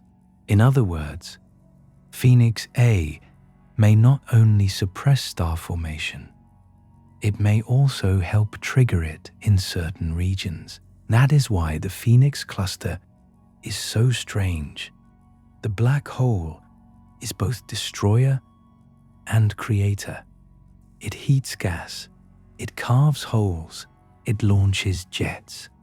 But by moving material through the cluster core, it may also help create the conditions for new stars to form. This is not the simple picture of a black hole as only a cosmic devourer. Phoenix A is part of a cycle. Matter falls in, energy comes out, gas moves, some gas cools, stars are born, the black hole feeds again. The entire cluster becomes a breathing system, a gigantic engine of gravity, heat, and collapse. And this engine leaves traces, not only cavities, but waves. When black hole jets inflate bubbles in hot cluster gas, they can send pressure waves outward. Those waves move through the plasma like sound waves. Not sound you could hear with human ears, not sound traveling through empty space, but pressure, ripples, moving through gas. This is where the famous black hole note comes in. In the Perseus cluster, astronomers detected pressure waves from a central black hole that could be translated into an extremely low musical note, far below human hearing. That was not Phoenix A, but the principle matters. Black holes can make cluster gas ring. They can send waves through plasma over enormous distances. They can make the space between galaxies vibrate. So when we think of Phoenix A, we should not imagine only silence. The black hole is dark, but its effects may ripple through the cluster. Its jets inflate cavities. Its outbursts disturb gas. Its energy spreads outward in pulses. If we could translate those motions into sound, the Phoenix cluster might have its own deep, cosmic music, a note too low to hear, a vibration stretched across hundreds of thousands of light years, a black hole playing the cluster like an instrument. In X-ray light, Phoenix becomes visible in a way human eyes could never see. Ordinary optical telescopes show galaxies, stars, some glowing gas, but Chandra sees the hot plasma between galaxies, the cluster's atmosphere, the material heated to millions of degrees, and in that X-ray view, the black hole's influence becomes clear. Cavities appear where jets have pushed gas aside. Filaments appear where cooler gas may be forming stars. The central region glows with energy. The whole system looks disturbed, structured, alive. Not a calm cluster, not a quiet center. A place where enormous forces are still negotiating with each other. When we look at Phoenix A today, we are really looking at the past. That is the most haunting truth. The Phoenix cluster is about 5.8 billion light-years away. So the light reaching us now left the cluster 5.8 billion years ago. We are not seeing Phoenix A as it is at this moment. We are seeing it as it was when Earth was still young compared to today, before humans, before animals walked the land, before the modern planet existed. The black hole we describe as active now is active in the ancient light arriving now. Its jets, cavities, and star formation belong to a time billions of years in the past. So what is Phoenix A doing right now? We do not know, and we may never know in any direct sense. Right now, in its own present, Phoenix A may be larger. It may have consumed more gas. It may have merged with another black hole. It may have entered a quieter phase. Its jets may have strengthened. Its star formation may have slowed. The cluster may look completely different, but that information cannot reach us yet. It is still traveling, and it will not arrive for billions of years. This makes Phoenix A feel almost ghost-like. We study it intensely. We build models. We trace gas and stars, but the object itself is separated from us by time. It is not only far away in space, it is far away in history. The Phoenix A we know may no longer exist in the same form. That does not make it less real. It makes it more mysterious, because every image of deep space is also an image of time. When we look at Phoenix, we are not looking across distance only. We are looking into an ancient chapter of the universe. And in that chapter, Phoenix A is doing something extraordinary. It is feeding enough to produce jets. It is energetic enough to carve X-ray cavities. It is powerful enough to influence the cluster gas, but not powerful enough to fully shut down the starburst around it. That balance is what makes it so important. Phoenix A is not simply the largest darkness. It is a black hole caught in the act of shaping a galaxy cluster, a black hole whose feedback is visible, whose failure to completely control cooling gas allows stars to form, whose jets may both heat and lift material, whose outbursts leave scars in the X-ray glow. And perhaps, over the billions of years since that light began traveling toward us, Phoenix A has continued to grow. Maybe the 100 billion sun estimate is only part of the story. Maybe it has become even larger. Maybe it has swallowed more material from the cluster core. Maybe another galaxy fell inward. Maybe another black hole merged with it. Maybe the monster has not finished becoming monstrous. That is one of the most unsettling possibilities. With objects like Phoenix A, we are not only studying what black holes are, we are studying what they become. Given enough time, enough gas, enough mergers, enough gravity, a black hole can grow from a dead star into the ruler of a galaxy, then into the ruler of a cluster core, then into something so large that it forces us to question the limits of cosmic growth. Phoenix A may still be writing that story, somewhere 5.8 billion light-years away, beyond the reach of any telescope in the present moment. The real Phoenix A continues. invisible to us, unreachable, unknowable, maybe quiet, maybe feeding, maybe erupting, maybe larger than before. All we have is the ancient light, the X-ray scars, the cavities, the star formation, the evidence of a black hole powerful enough to shake a cluster and strange enough to let it keep making stars. And that is what Phoenix A is doing in the universe we can observe.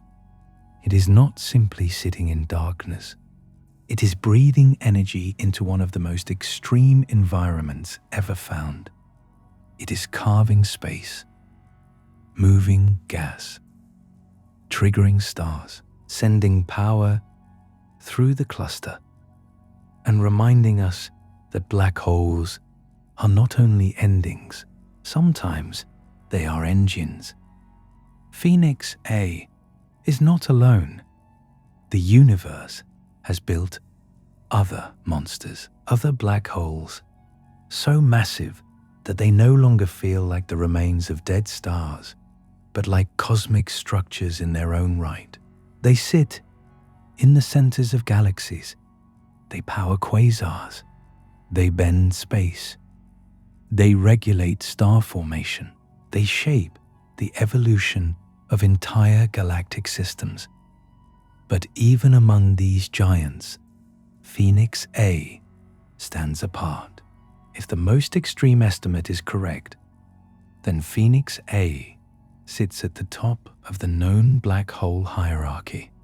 100 billion suns, a mass so large that even the most famous black holes in astronomy begin to look small beside it. To understand Phoenix A, we need to compare it to the others. Not because comparison makes it easy to imagine, it does not, but because without comparison, the number becomes meaningless. 100 billion is too large to feel. So we begin with the black hole closest to our own story, Sagittarius A.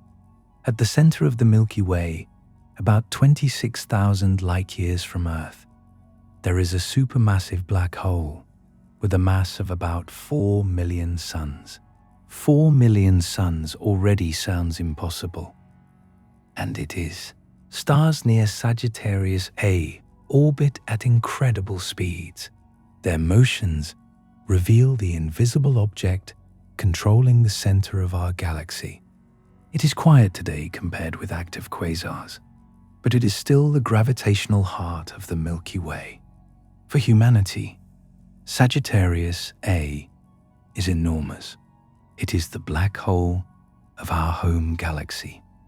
But next to Phoenix A, it is almost nothing. If Phoenix A is truly 100 billion solar masses, then it is about 25,000 times more massive than Sagittarius A. 25,000 Milky Way central black holes combined into one. That comparison should feel wrong, because Sagittarius A already sits at the center of a galaxy with hundreds of billions of stars, and yet Phoenix A makes it seem almost delicate, a local shadow, a small seed of darkness compared to the monster in the Phoenix cluster. Then there is M87. M87 became one of the most famous black holes in history because it was the first black hole ever photographed by the Event Horizon Telescope. In 2019, humanity saw a glowing ring of light around a central shadow, not an artist's impression, not a simulation, but real data from the heart of the galaxy, Messier 87.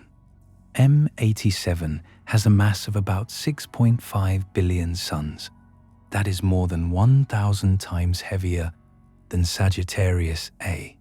It is so large that its event horizon is comparable in scale to our solar system. And yet, compared with Phoenix A, even M87 becomes small. Phoenix A could be more than 15 times more massive. Think about that.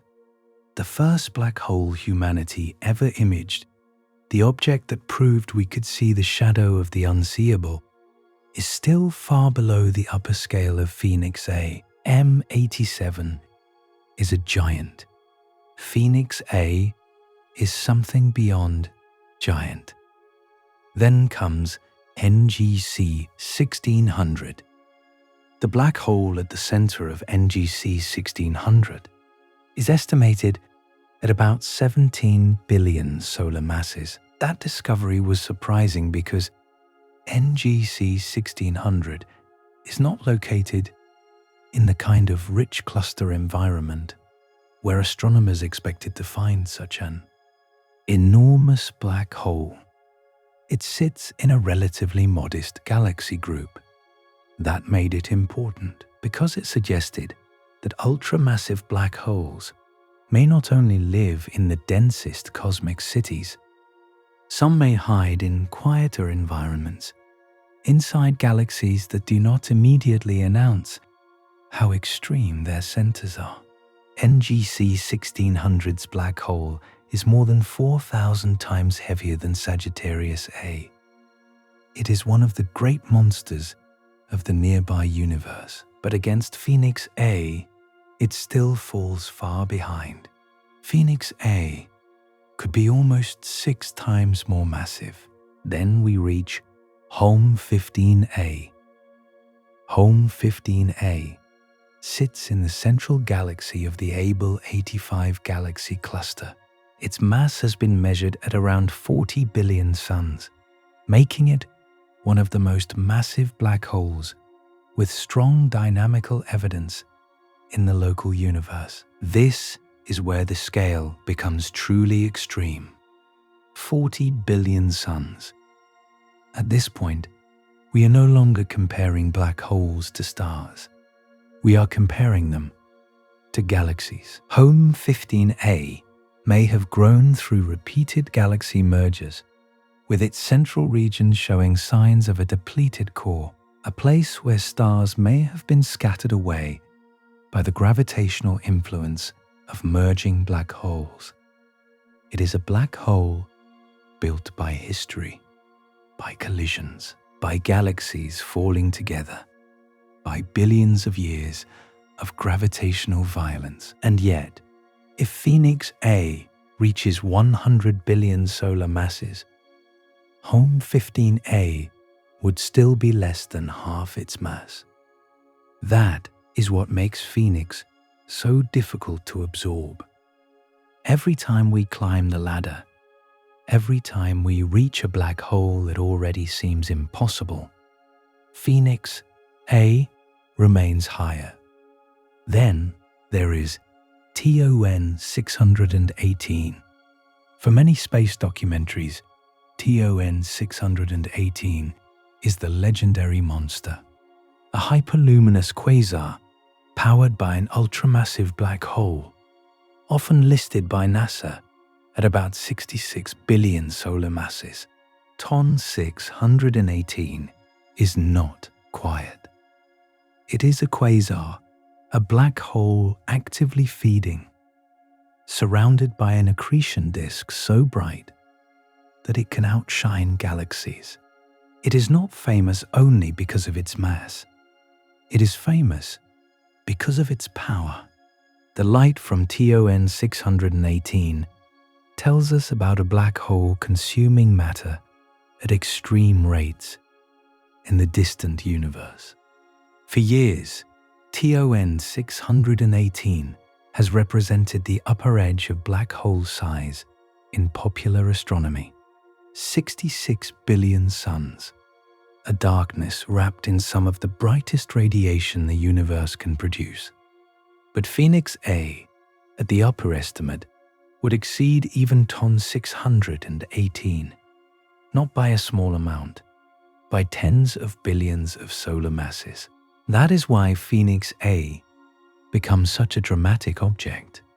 It does not simply join the list. it challenges the top of it. If the estimate holds, Phoenix A is not just one of the largest black holes known. It is the crown, the monster above monsters. But rankings in astronomy are never simple. Black holes are not weighed like objects on a scale. Some masses are measured from the motion of stars or gas near the center. Some are estimated from the brightness of quasars. Some come from models of galaxy structure. Some depend on assumptions about accretion, emission lines, or gravitational effects. That means the list can shift. A black hole once believed to be the largest may later receive a lower estimate. Another black hole may be discovered with stronger evidence. A distant quasar may appear to host a record breaker, but with large uncertainty. A nearby galaxy may contain a slightly smaller black hole, but measured more reliably. So the question is not only which black hole is largest, the better question is which black holes are most extreme, and how confident are we in their masses? Phoenix A sits in the most dramatic category, a candidate for the extreme upper end, a black hole possibly heavier than any other known, but still wrapped in the difficulty of distance, modeling, and indirect measurement. Even so, its environment makes the estimate feel plausible enough to haunt astronomers. Because the largest black holes are not found randomly, they have things in common. They usually live in massive galaxies, often giant elliptical galaxies. They often sit at the centers of galaxy clusters. They are surrounded by vast amounts of gas, stars, dark matter, and merger history. They are not born in isolation. They are built by environments. A black hole, like Sagittarius A, lives in a spiral galaxy that has had a relatively calm recent life, but the largest ultramassive black holes tend to live inside galaxies that have eaten other galaxies. A major galaxy merger brings two central black holes together. Over time, they spiral inward and merge. The result is a larger black hole. Then another merger happens, and another, and another.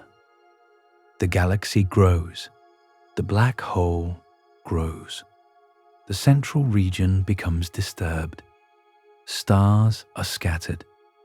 Gas falls inward. And after billions of years, a black hole that began as a seed becomes a cosmic titan.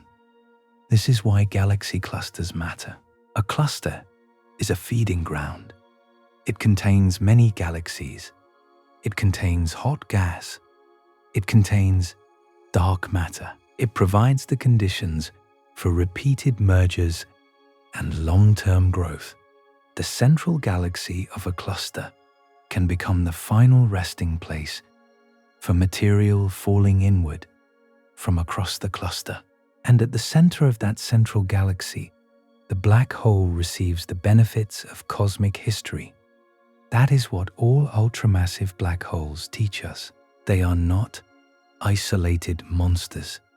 They are records.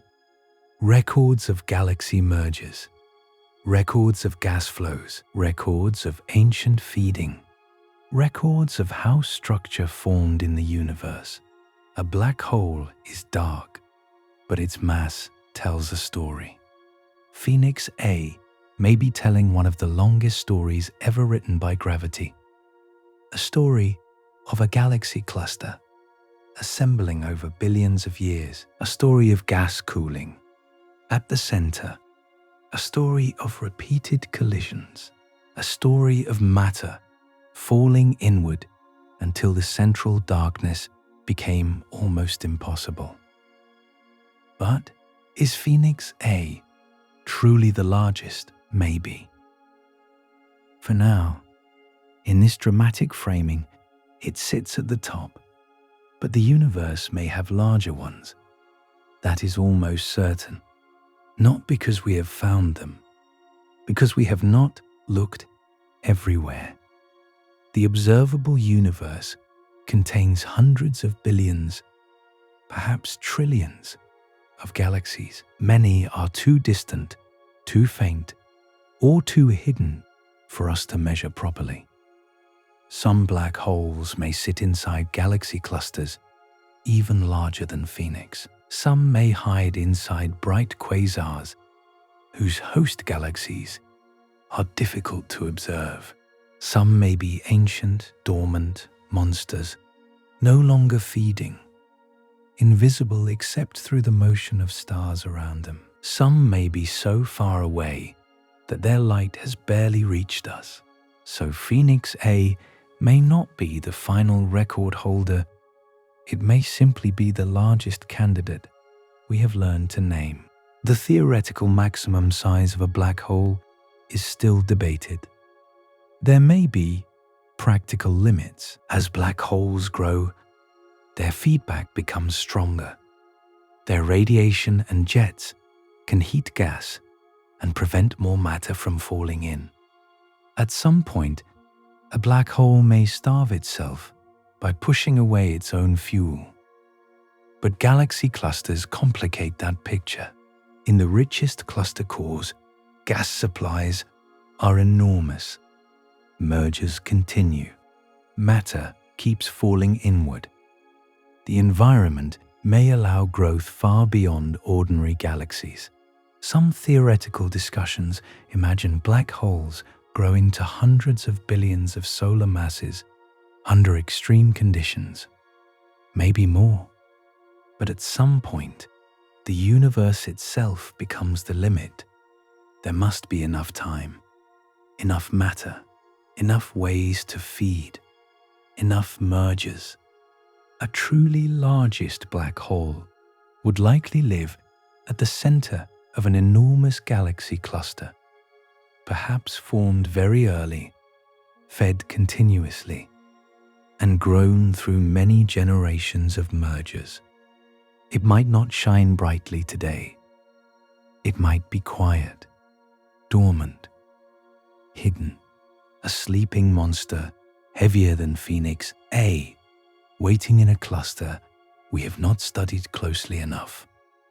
This is where James Webb changes the story. Webb is not simply finding pretty galaxies.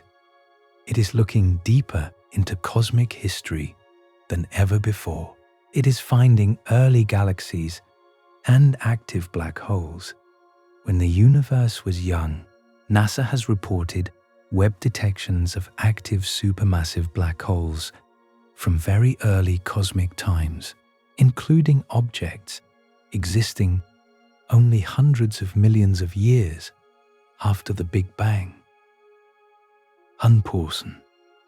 That matters because the biggest black holes today must have started growing early. If Webb shows us that black holes formed faster, earlier, or more efficiently than expected, then objects like Phoenix A become easier to understand, or more mysterious. Because if early black holes were already large, then the universe may have had a head start in building monsters. Webb may not directly discover the next Phoenix A tomorrow, but it is helping reveal the childhood of supermassive black holes, the seeds, the first feeding events, the early galaxies where black holes and stars grew together. And somewhere in that story may be the explanation for Phoenix A. The giants we see today may have begun as surprisingly large seeds in the early universe, or as smaller seeds that fed faster than we thought possible. Either way, the record may change. A new black hole may be found. A new measurement may remain at the top. or one day another object may take its place. That is the beauty of astronomy. Even the largest known thing is not final. The universe is too big for final answers. Phoenix A may be the king of black holes in our story, but the kingdom is still being mapped. Somewhere beyond our current observations, there may be a black hole, even larger, a darker center, a heavier shadow, a monster that makes Phoenix A look like only the beginning. And that possibility is almost as terrifying as Phoenix A itself, because it means the universe may still be hiding its true giants. We have found Sagittarius A, the black hole of our home. We have imaged M87, the first shadow. We have measured NGC 1600 and Home 15A, monsters of the nearby universe. We have looked toward TON 618, a quasar powered by one of the greatest known black holes, and we have turned toward Phoenix A, a candidate at the top of the cosmic scale. But the list is not finished. It may never be finished. Every telescope pushes farther. Every new measurement changes the ranking. And every record-breaking black hole reminds us of one thing. The universe is not done surprising us. Phoenix A may be the largest black hole we can name today in this story. But somewhere in the dark, gravity may have built something even larger, something waiting for the next generation of telescopes, something that will force us to rewrite the list again. And when we find it, Phoenix A will not become less extraordinary. It will become part of a greater truth, that black holes are not rare endings. They are one of the universe's most powerful ways of building scale. Darkness growing from stars, from galaxies, from clusters, until, at the very top of the list, we find objects so massive that they no longer feel like black holes inside the universe. They feel like the universe turning part of itself into shadow. Phoenix A may be one of the largest black holes ever imagined, but observing it closely is another problem entirely. Because the universe does not only hide things by making them dark, it hides them with distance. And Phoenix A is far away, almost unbelievably far, about 5.8 billion light-years from Earth, buried at the center of the Phoenix cluster, surrounded by galaxies, hot gas, X-ray emission, radio structures, and the enormous depth of intergalactic space. That means the light we see from Phoenix A began traveling toward us billions of years ago. We are not seeing it as it is today. We are seeing an ancient version of it, a fossil made of light, a message from a time when Earth itself was still young compared to the world we know now. And yet, even from that impossible distance, astronomers have still detected the power of its environment. They have studied the Phoenix cluster in X-rays. They have seen cavities carved into hot gas. They have measured star formation. They have traced the interaction between the central black hole and the cluster around it.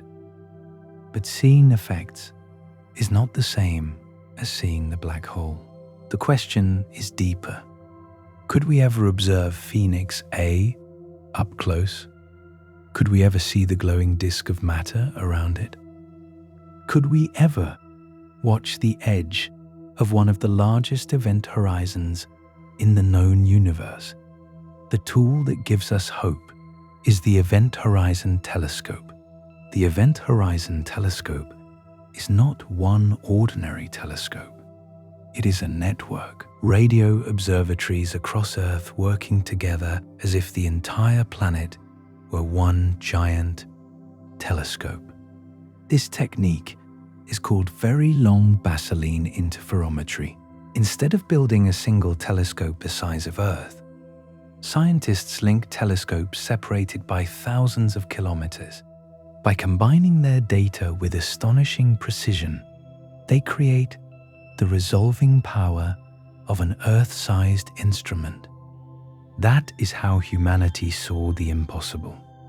In 2019, the Event Horizon Telescope revealed the first image of a black hole, M87, at the center of the galaxy, Messier 87.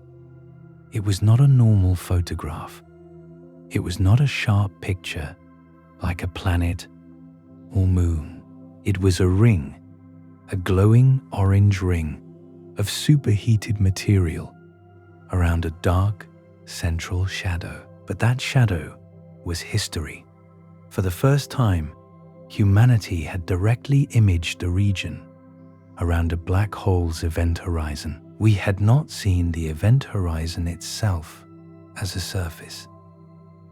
Black holes have no surface to photograph, but we saw the shadow created by gravity bending light around the black hole and swallowing light that came too close. Then, in 2022, the Event Horizon Telescope revealed Sagittarius A, the black hole at the center of our own Milky Way. That image was even more emotionally powerful because it showed the dark heart of our galaxy, the black hole around which our entire stellar city turns. And yet, both of these achievements reveal why Phoenix A is so difficult. M87 is about 55 million light-years away. Sagittarius A is about 26,000 light-years away. Phoenix A is about 5.8 billion light-years away. That is not a small difference. It is more than 100 times farther than M87, hundreds of thousands of times farther than Sagittarius A. So even though Phoenix A may be vastly more massive, distance crushes its apparent size in the sky. A black hole can be physically enormous and still appear tiny from Earth. That is the cruel rule of astronomy. Size helps, but distance wins. If Phoenix A truly has a mass near 100 billion suns, then its event horizon could be enormous, hundreds of billions of kilometers across. But from 5.8 billion light-years away, even that monster becomes a tiny target, a shadow smaller than the finest details our current instruments can easily resolve. That is why photographing Phoenix A directly would be extraordinarily difficult, not because it is too small in reality, but because it is too far. The Event Horizon Telescope succeeded with M87 because M87 is both massive and relatively nearby in cosmic terms. It succeeded with Sagittarius A because Sagittarius A is very close, even though it is much smaller. Phoenix A has mass on its side, but distance against it. To image it, we would need resolution beyond what the current EHT can comfortably provide. We would need a telescope network larger, more sensitive, and more advanced than anything we have today. This is where the next generation Event Horizon Telescope becomes important. The next generation EHT, often called NGEHT, is designed to expand the current network with more telescopes, better sensitivity, more frequencies, and improved imaging power. Its goal is not only sharper images, it is time, movement, movies. Instead of seeing black holes as frozen rings, future observations could show how material moves near the event horizon, how hot plasma swirls, how magnetic fields twist, how jets launch, how black holes feed for nearby targets like M87 and Sagittarius A. This could be revolutionary. For Phoenix A, it may still not be enough to produce a clean, detailed image, but it moves us closer, and it shows the direction astronomy is going. We are entering an age where black holes are no longer purely invisible ideas. They are becoming observable environments, not the inside, not beyond the event horizon, but the boundary region, the final glowing matter before disappearance. A future telescope designed to study Phoenix A would need something even more powerful. Perhaps radio telescopes in space, a baseline larger than Earth. Imagine observatories placed far apart in orbit, around Earth, around the Moon, or even around the Sun. The larger the distance between telescopes, the sharper the possible image. A space-based event horizon telescope could create a virtual instrument far larger than Earth itself. That may be what is needed to truly image the largest black holes at extreme distances. If one day we could resolve Phoenix A, what would we see? Not a simple black circle. We would likely see a dark central shadow surrounded by distorted light. If Phoenix A is feeding, there may be an accretion disk, a vast, blazing structure of gas and plasma spiraling inward. That disk would be heated to extreme temperatures. It would glow in radio, infrared, optical, ultraviolet, and X-rays depending on the region. Magnetic fields would twist through it. Plasma would orbit at incredible speeds. One side of the disk might appear brighter than the other because material moving toward us would have its light boosted by relativistic effects. Behind the black hole, light from the far side of the disk would bend around the event horizon, creating warped arcs and rings. The shadow itself would appear as a dark depression in the center of that glow, not because there is a surface, but because light paths that pass too close are captured. That shadow would be the visible fingerprint of the event horizon. For a black hole as massive as Phoenix A, the structure would be immense. The disk could span light years, depending on its activity. Jets could extend far beyond the central galaxy.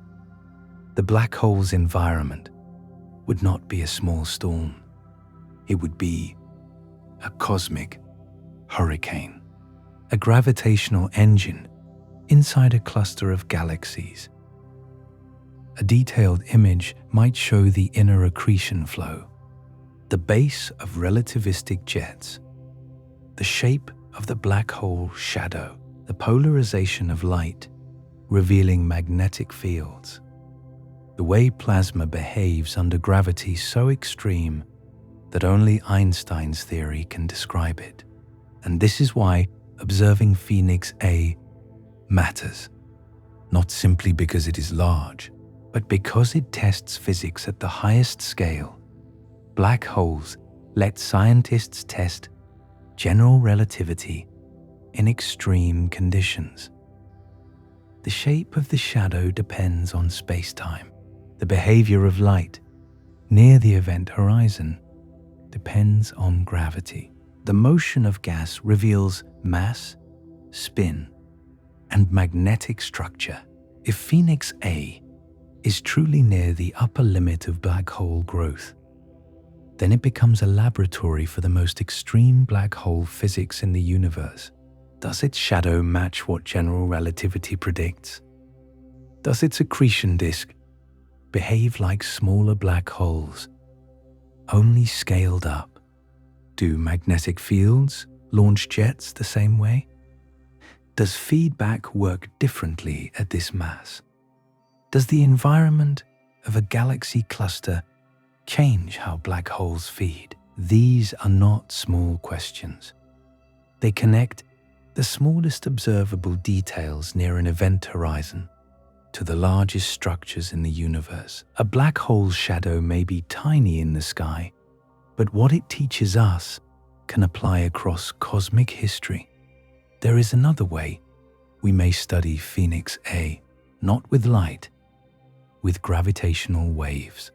Gravitational waves are ripples in space-time created when massive objects accelerate, especially when black holes merge. When two black holes spiral together, they send waves outward through the universe. Those waves carry information that light cannot. They tell us about mass, spin, distance, merger history, the final collision. For stellar mass black holes, ground-based detectors like LIGO have already changed astronomy. But supermassive black holes require a different kind of detector. Their waves are longer, their frequencies are lower. That is why LISA matters. LISA, the Laser Interferometer Space Antenna, will be a space-based gravitational wave observatory made of 3 spacecraft flying millions of kilometers apart. Unlike ground detectors, LISA will listen for lower frequency gravitational waves, the kind produced by massive black hole systems, compact binaries, and other slow cosmic motions. If black holes connected to a Phoenix-like system merged in the past, gravitational waves would have been released. If Phoenix A grew through repeated mergers, then its history may have been full of gravitational waves. The problem is timing. We can only detect gravitational waves that are passing through our region of space now. If Phoenix A produced a merger signal billions of years ago, and that signal is reaching us now, future detectors might one day capture something like it. But if its major mergers happened at times whose waves have already passed, we miss them. And if a merger happens in Phoenix A's actual present, we will not know for billions of years. Still, gravitational waves may reveal the kind of events that built Phoenix A. Maybe not Phoenix itself, but similar systems.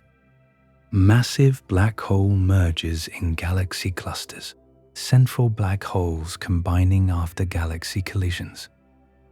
Dark giants growing into larger giants. This would give scientists a new way to understand ultramassive black hole formation. Light shows us the gas. X-rays show us the hot cluster atmosphere. Radio waves show jets. Infrared reveals stars and dust. The moment two black holes became one, that is one of the future frontiers. To understand Phoenix A, we may need all kinds of astronomy working together. Radio telescopes to image the event horizon. X-ray telescopes to study the hot cluster gas. Optical and infrared telescopes to study the host galaxy and star formation. Gravitational wave detectors to understand merger histories. Computer simulations to connect all of it.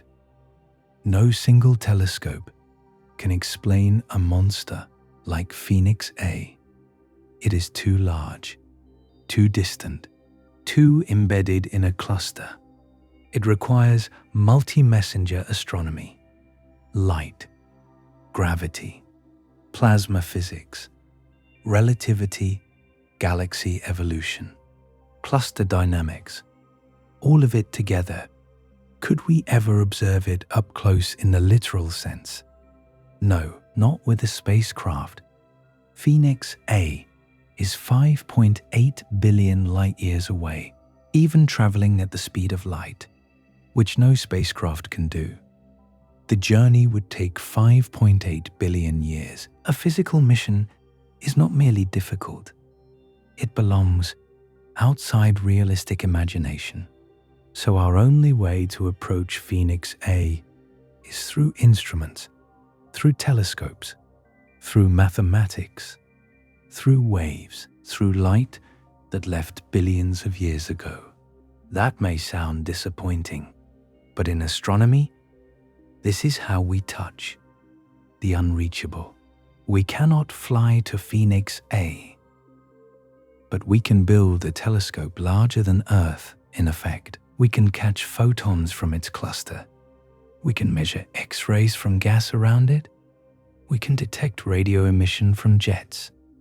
We can simulate the accretion disk. We can compare its behavior to M87 and Sagittarius A.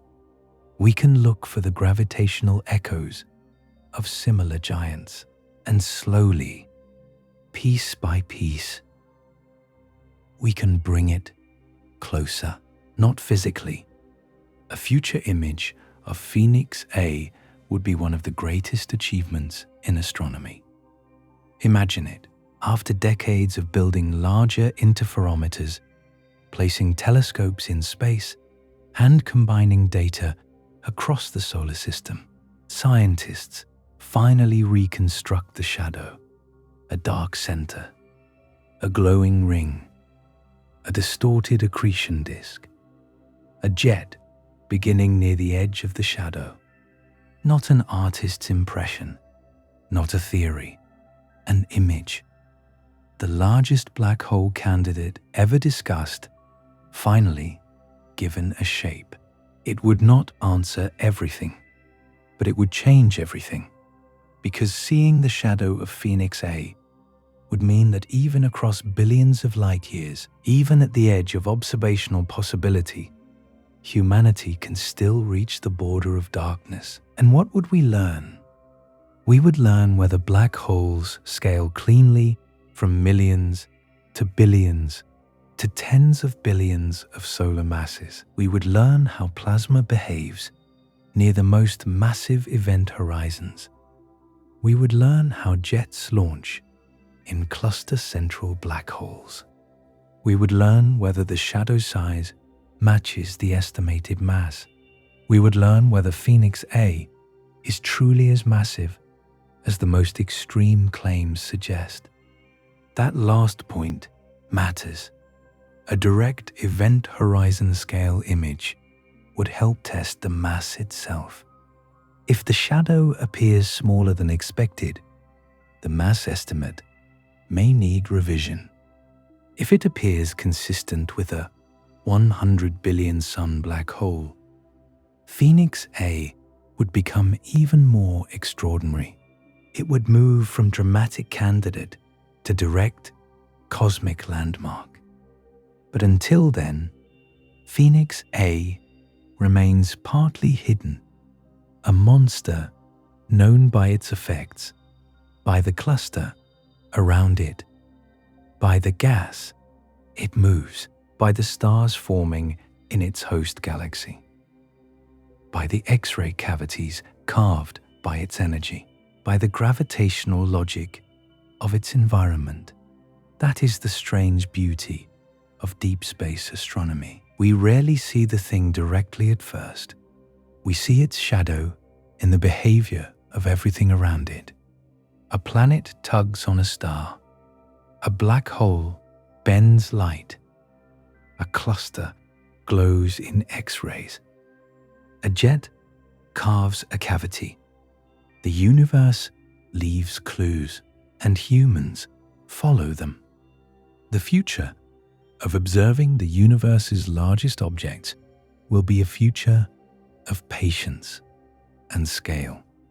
Larger telescope networks, better detectors, deeper surveys, sharper simulations, gravitational wave observatories, listening across frequencies we have never heard before. Maybe one day, black hole movies, not just static shadows, but moving plasma, flickering disks, twisting magnetic fields, jets forming in real time, and perhaps, far in the future, Phoenix A will no longer be only a number in a script. Not only 100 billion suns, not only a name, not only a distant monster, but an image, a shadow against fire, a black hole so far away that its light began traveling before complex life on Earth existed, yet close enough through human ingenuity to be studied. That is what makes this question powerful.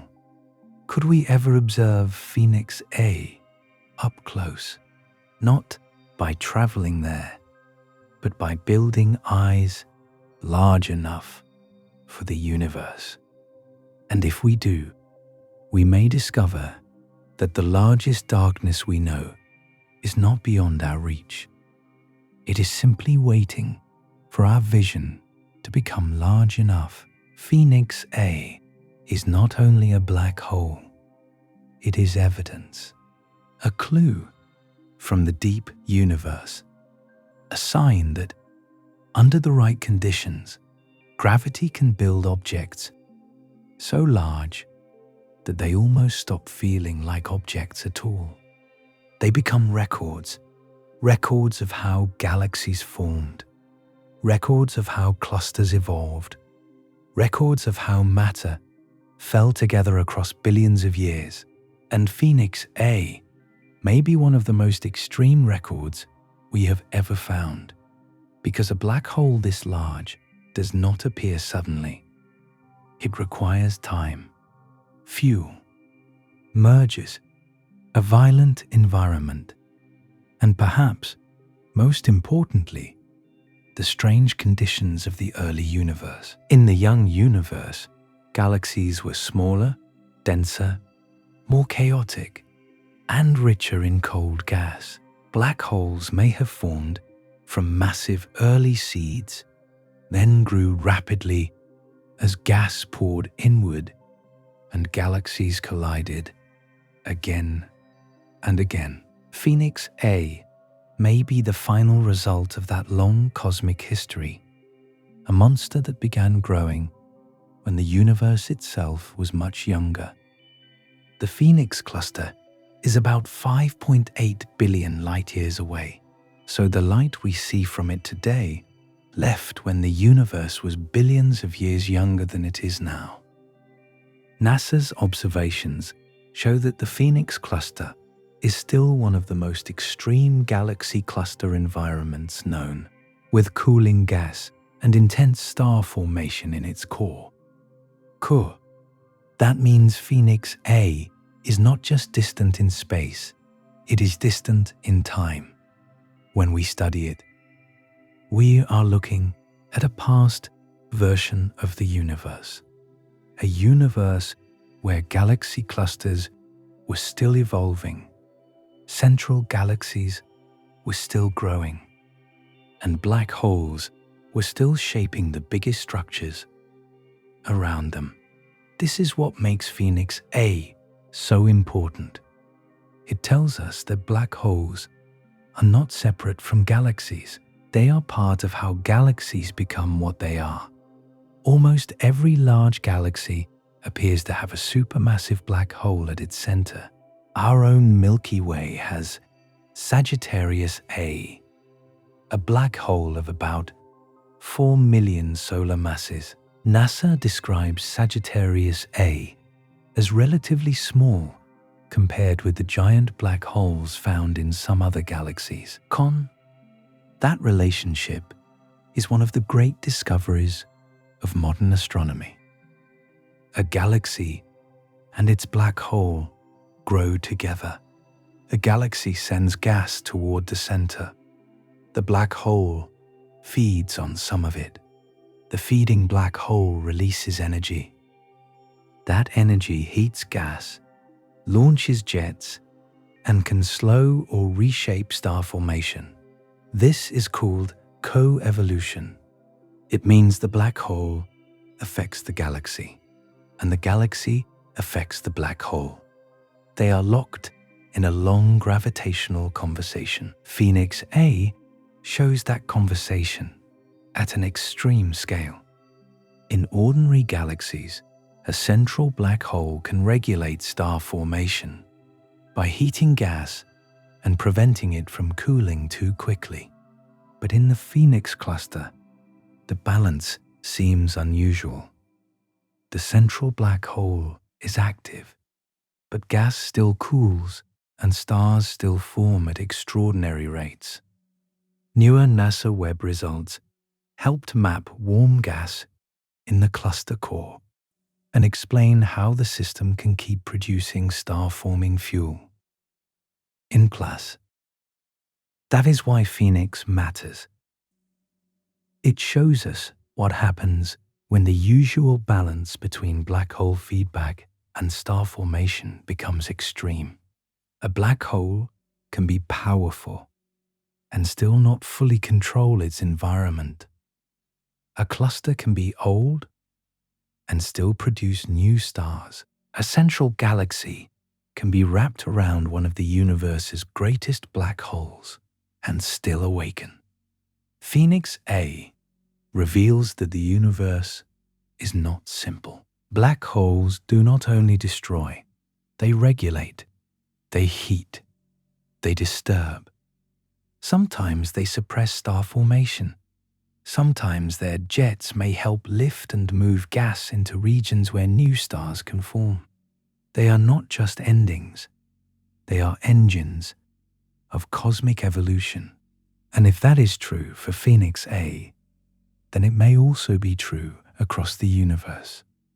The galaxies we see today may carry the fingerprints of their black holes, their shapes, their star formation histories, their quiet centers, their old stellar populations. All of it may be connected to what happened near the event horizons of central black holes billions of years ago. Phoenix A also tells us something about our own galaxy. Not because Sagittarius A will become Phoenix A, it almost certainly will not. The Milky Way does not sit at the center of a massive galaxy cluster like Phoenix. It does not have the same enormous reservoir of cooling gas. It does not live in the same violent cluster environment. Sagittarius A is massive by human standards, but tiny compared with ultramassive black holes. Even the future merger between the Milky Way and Andromeda would not create anything like Phoenix A. Older Hubble-based NASA work described the likely Milky Way-Andromeda encounter beginning in about 4 billion years. But newer Hubble G-Gaia-based simulations suggest the outcome is less certain, with about a 50 chance of collision within the next 10 billion years. If the Milky Way and Andromeda do merge, their central black holes may eventually sink toward the center of the new galaxy and merge as well. The result would be a larger black hole at the heart of the future galaxy, sometimes nicknamed Milkomeda. But even then, it would not be Phoenix A. Sagittarius A has about 4 million solar masses. Andromeda's central black hole is much larger, but still nowhere near 100 billion suns. Their combined future black hole might be impressive. It might reshape the center of the merged galaxy. It might produce gravitational waves when the black holes finally spiral together. But compared with Phoenix A, it would still be small. That comparison is humbling. Our entire galactic future, the merging of the Milky Way and Andromeda, the birth of a new giant galaxy, the eventual union of two central black holes, is still only a small version of what the universe has already done in places like the Phoenix cluster. Phoenix A is not our future. It is a glimpse of a future only the largest cosmic structures can create. A future of cluster cores, of repeated galaxy mergers, of dark matter halos gathering hundreds of galaxies, of gas cooling, falling, heating, and falling again. A future where the central black hole grows until it becomes less like the heart of one galaxy and more like the gravitational memory of an entire cluster. And then there is deep time. The far future of the universe. Stars will not shine forever. Gas will eventually run low. Star formation will fade. Galaxies will grow older and darker. The bright era of the universe will slowly decline, but black holes will remain.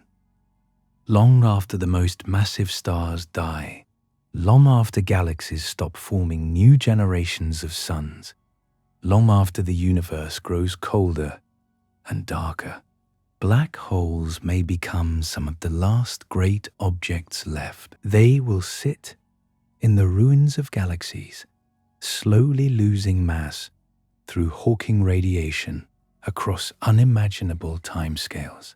NASA describes Hawking radiation as the theoretical process by which black holes can slowly evaporate over time.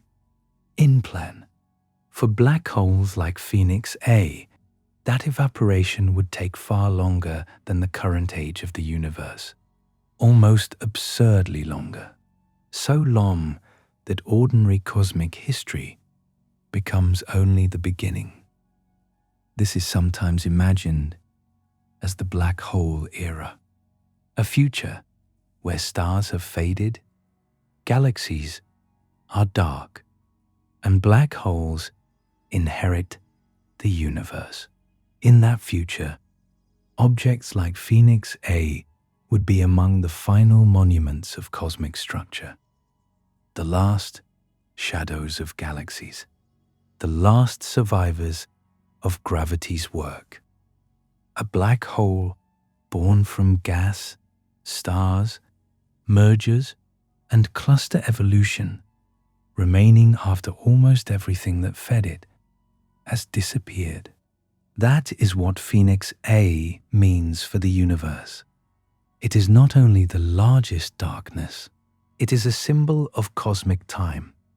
It tells us that the universe can build structures slowly, patiently, violently across billions of years. It tells us that galaxies and black holes are connected. It tells us that the early universe may have planted seeds that grew into monsters. It tells us that our own galaxy's future, as dramatic as it may be, is only a small chapter in a much larger story. And it reminds us that the universe is not static.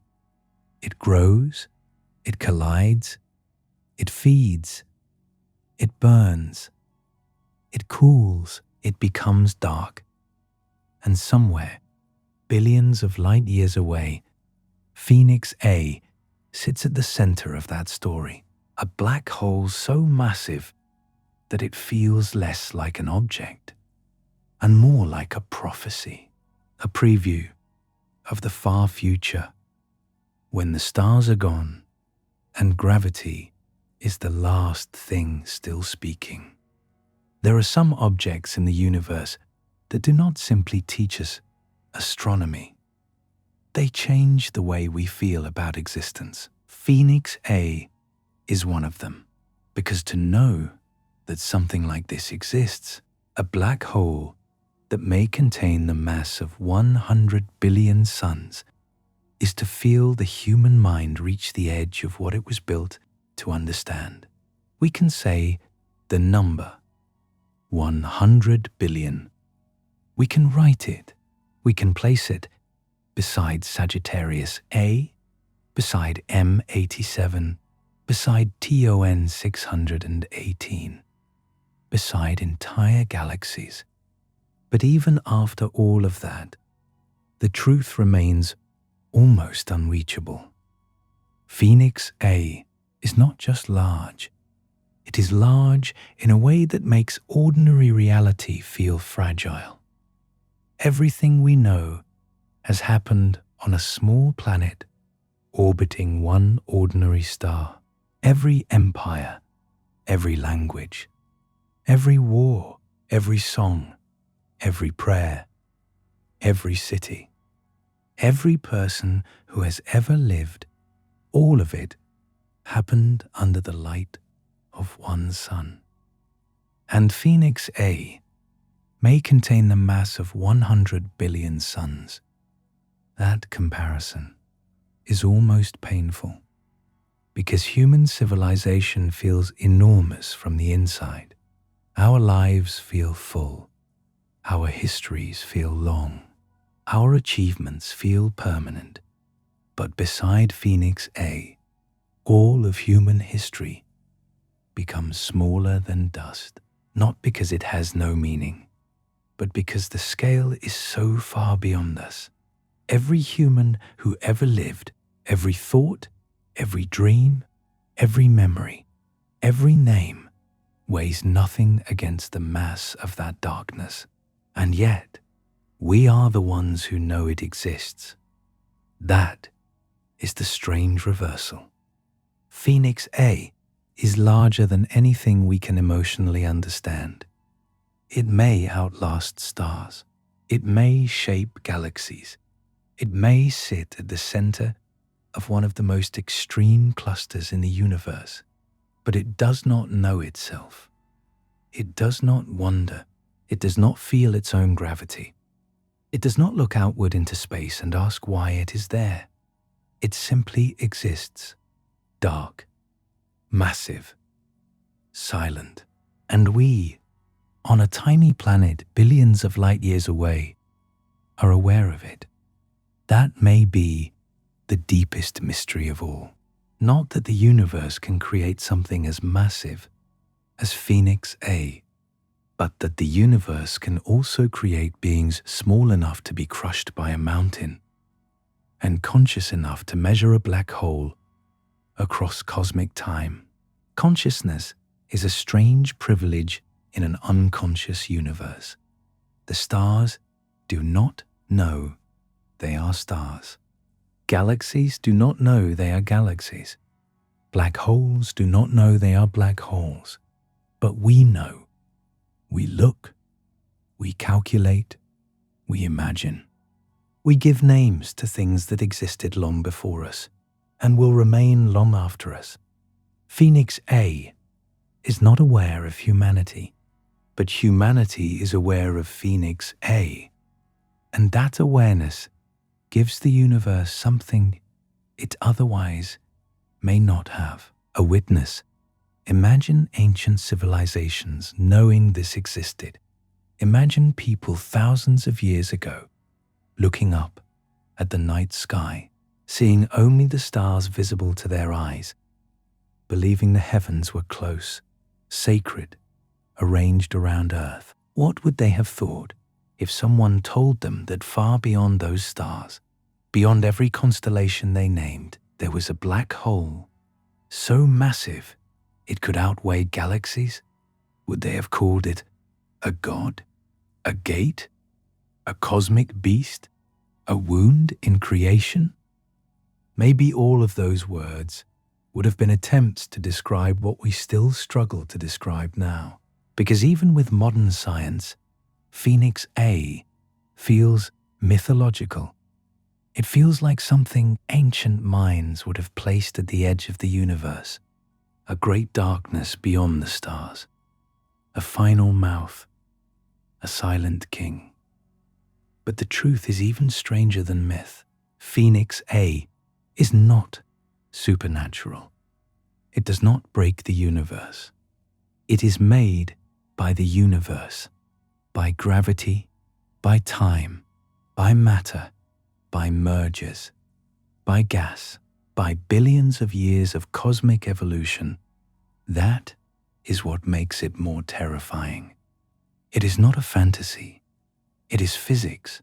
A black hole like Phoenix A tells us that reality itself is capable of building monsters, not with intention, not with purpose, but through natural law. Gravity gathers matter. Matter collapses. Galaxies merge. Black holes feed.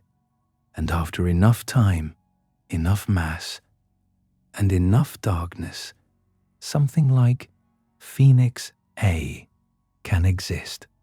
There is beauty in that terror, not soft beauty, but the kind of beauty that comes from standing before something far greater than yourself and realizing that fear and wonder are sometimes the same emotion. Phoenix A is beautiful because it reveals scale. It shows the universe without human decoration. No kindness, no cruelty, no concern. And somehow, in confronting that magnitude, we become more aware of our own smallness and our own rarity, because size is not the only measure of importance. A black hole can contain 100 billion solar masses and never ask a question. A human being can weigh less than a star's dust and still wonder about the beginning and end of everything. That does not make us more powerful, but it makes us meaningful in a different way. We are not the largest things in the universe. We are not the strongest. We are not the oldest. We may not even be important to the universe itself, but we are capable of knowing. And perhaps that is enough. Future humans may look at Phoenix A differently. To us, it is unreachable, a distant object, a number, a shadow inside a cluster whose light began traveling before our solar system existed. But a civilization far beyond ours might see black holes not only as mysteries, but as tools. On the Kardashev scale, civilizations are imagined by how much energy they can use. A Type 1 civilization uses the energy of its planet. A Type 2 civilization uses the energy of its star. A Type 3 civilization uses energy on the scale of a galaxy. Beyond that, we can only speculate. A civilization advanced enough might learn to use black holes, not by entering them, not by surviving beyond the event horizon, but by harvesting energy from matter falling into them. Black holes can be incredibly efficient engines. Material spiraling into an accretion disk can release enormous energy before crossing the point of no return. A sufficiently advanced civilization might build near smaller black holes, using them as power sources, engines, computers, or gravitational anchors. Around a monster like Phoenix A, the scale becomes almost impossible. Could any civilization ever use it? Maybe not. Maybe it is too massive, too dangerous, too distant, too embedded in a galaxy cluster. But in deep future speculation, black holes may become the final energy sources of the universe. Long after stars fade, black holes may remain, and civilizations, if any survive into that era, may gather around them like ancient life once gathered around fire. Not sunlight, black hole light, energy from accretion, energy from rotation, energy from gravity itself. A civilization around a black hole would think differently from us. We build our lives around a star. They might build theirs around darkness. They might see black holes not only as endings, but as the last remaining engines. And Phoenix A would be one of the greatest engines imaginable. A black hole so massive that it belongs not only to astronomy, but to philosophy. Because it asks what intelligence should do when faced with the infinite scale of reality. Should we feel afraid? Yes. Should we feel small? Of course. But should we feel meaningless? No, because meaning does not come from being large. It comes from being awake. Phoenix A may be larger than galaxies in mass. It may last longer than stars. It may bend space and time beyond anything human senses can understand. But it cannot care. It cannot wonder. It cannot look back at us. We are the fragile ones, the brief ones, the temporary ones. And yet, we are the ones asking the questions. That is the strange dignity of consciousness. A tiny life can contemplate a cosmic darkness. A short-lived species can think about deep time. A civilization barely old enough to understand electricity can measure black holes billions of light years away. That is not small. That is astonishing. Phoenix A reminds us that the universe is not made for us, but it also reminds us that we are made from the universe. The atoms in our bodies were forged in stars. The gravity that shapes black holes also holds our feet to Earth. The laws that bend light around Phoenix A also allow our minds to understand the bending. We are not outside the cosmos looking in. We are the cosmos becoming aware of itself for a brief moment through us. Tonight, as you drift to sleep, 5.8 billion light years away, something exists that may contain the mass of 100 billion suns within its darkness. Its light began crossing space before our solar system was born. It will remain long after our sun dies, long after Earth is gone, long after the last stars fade into silence.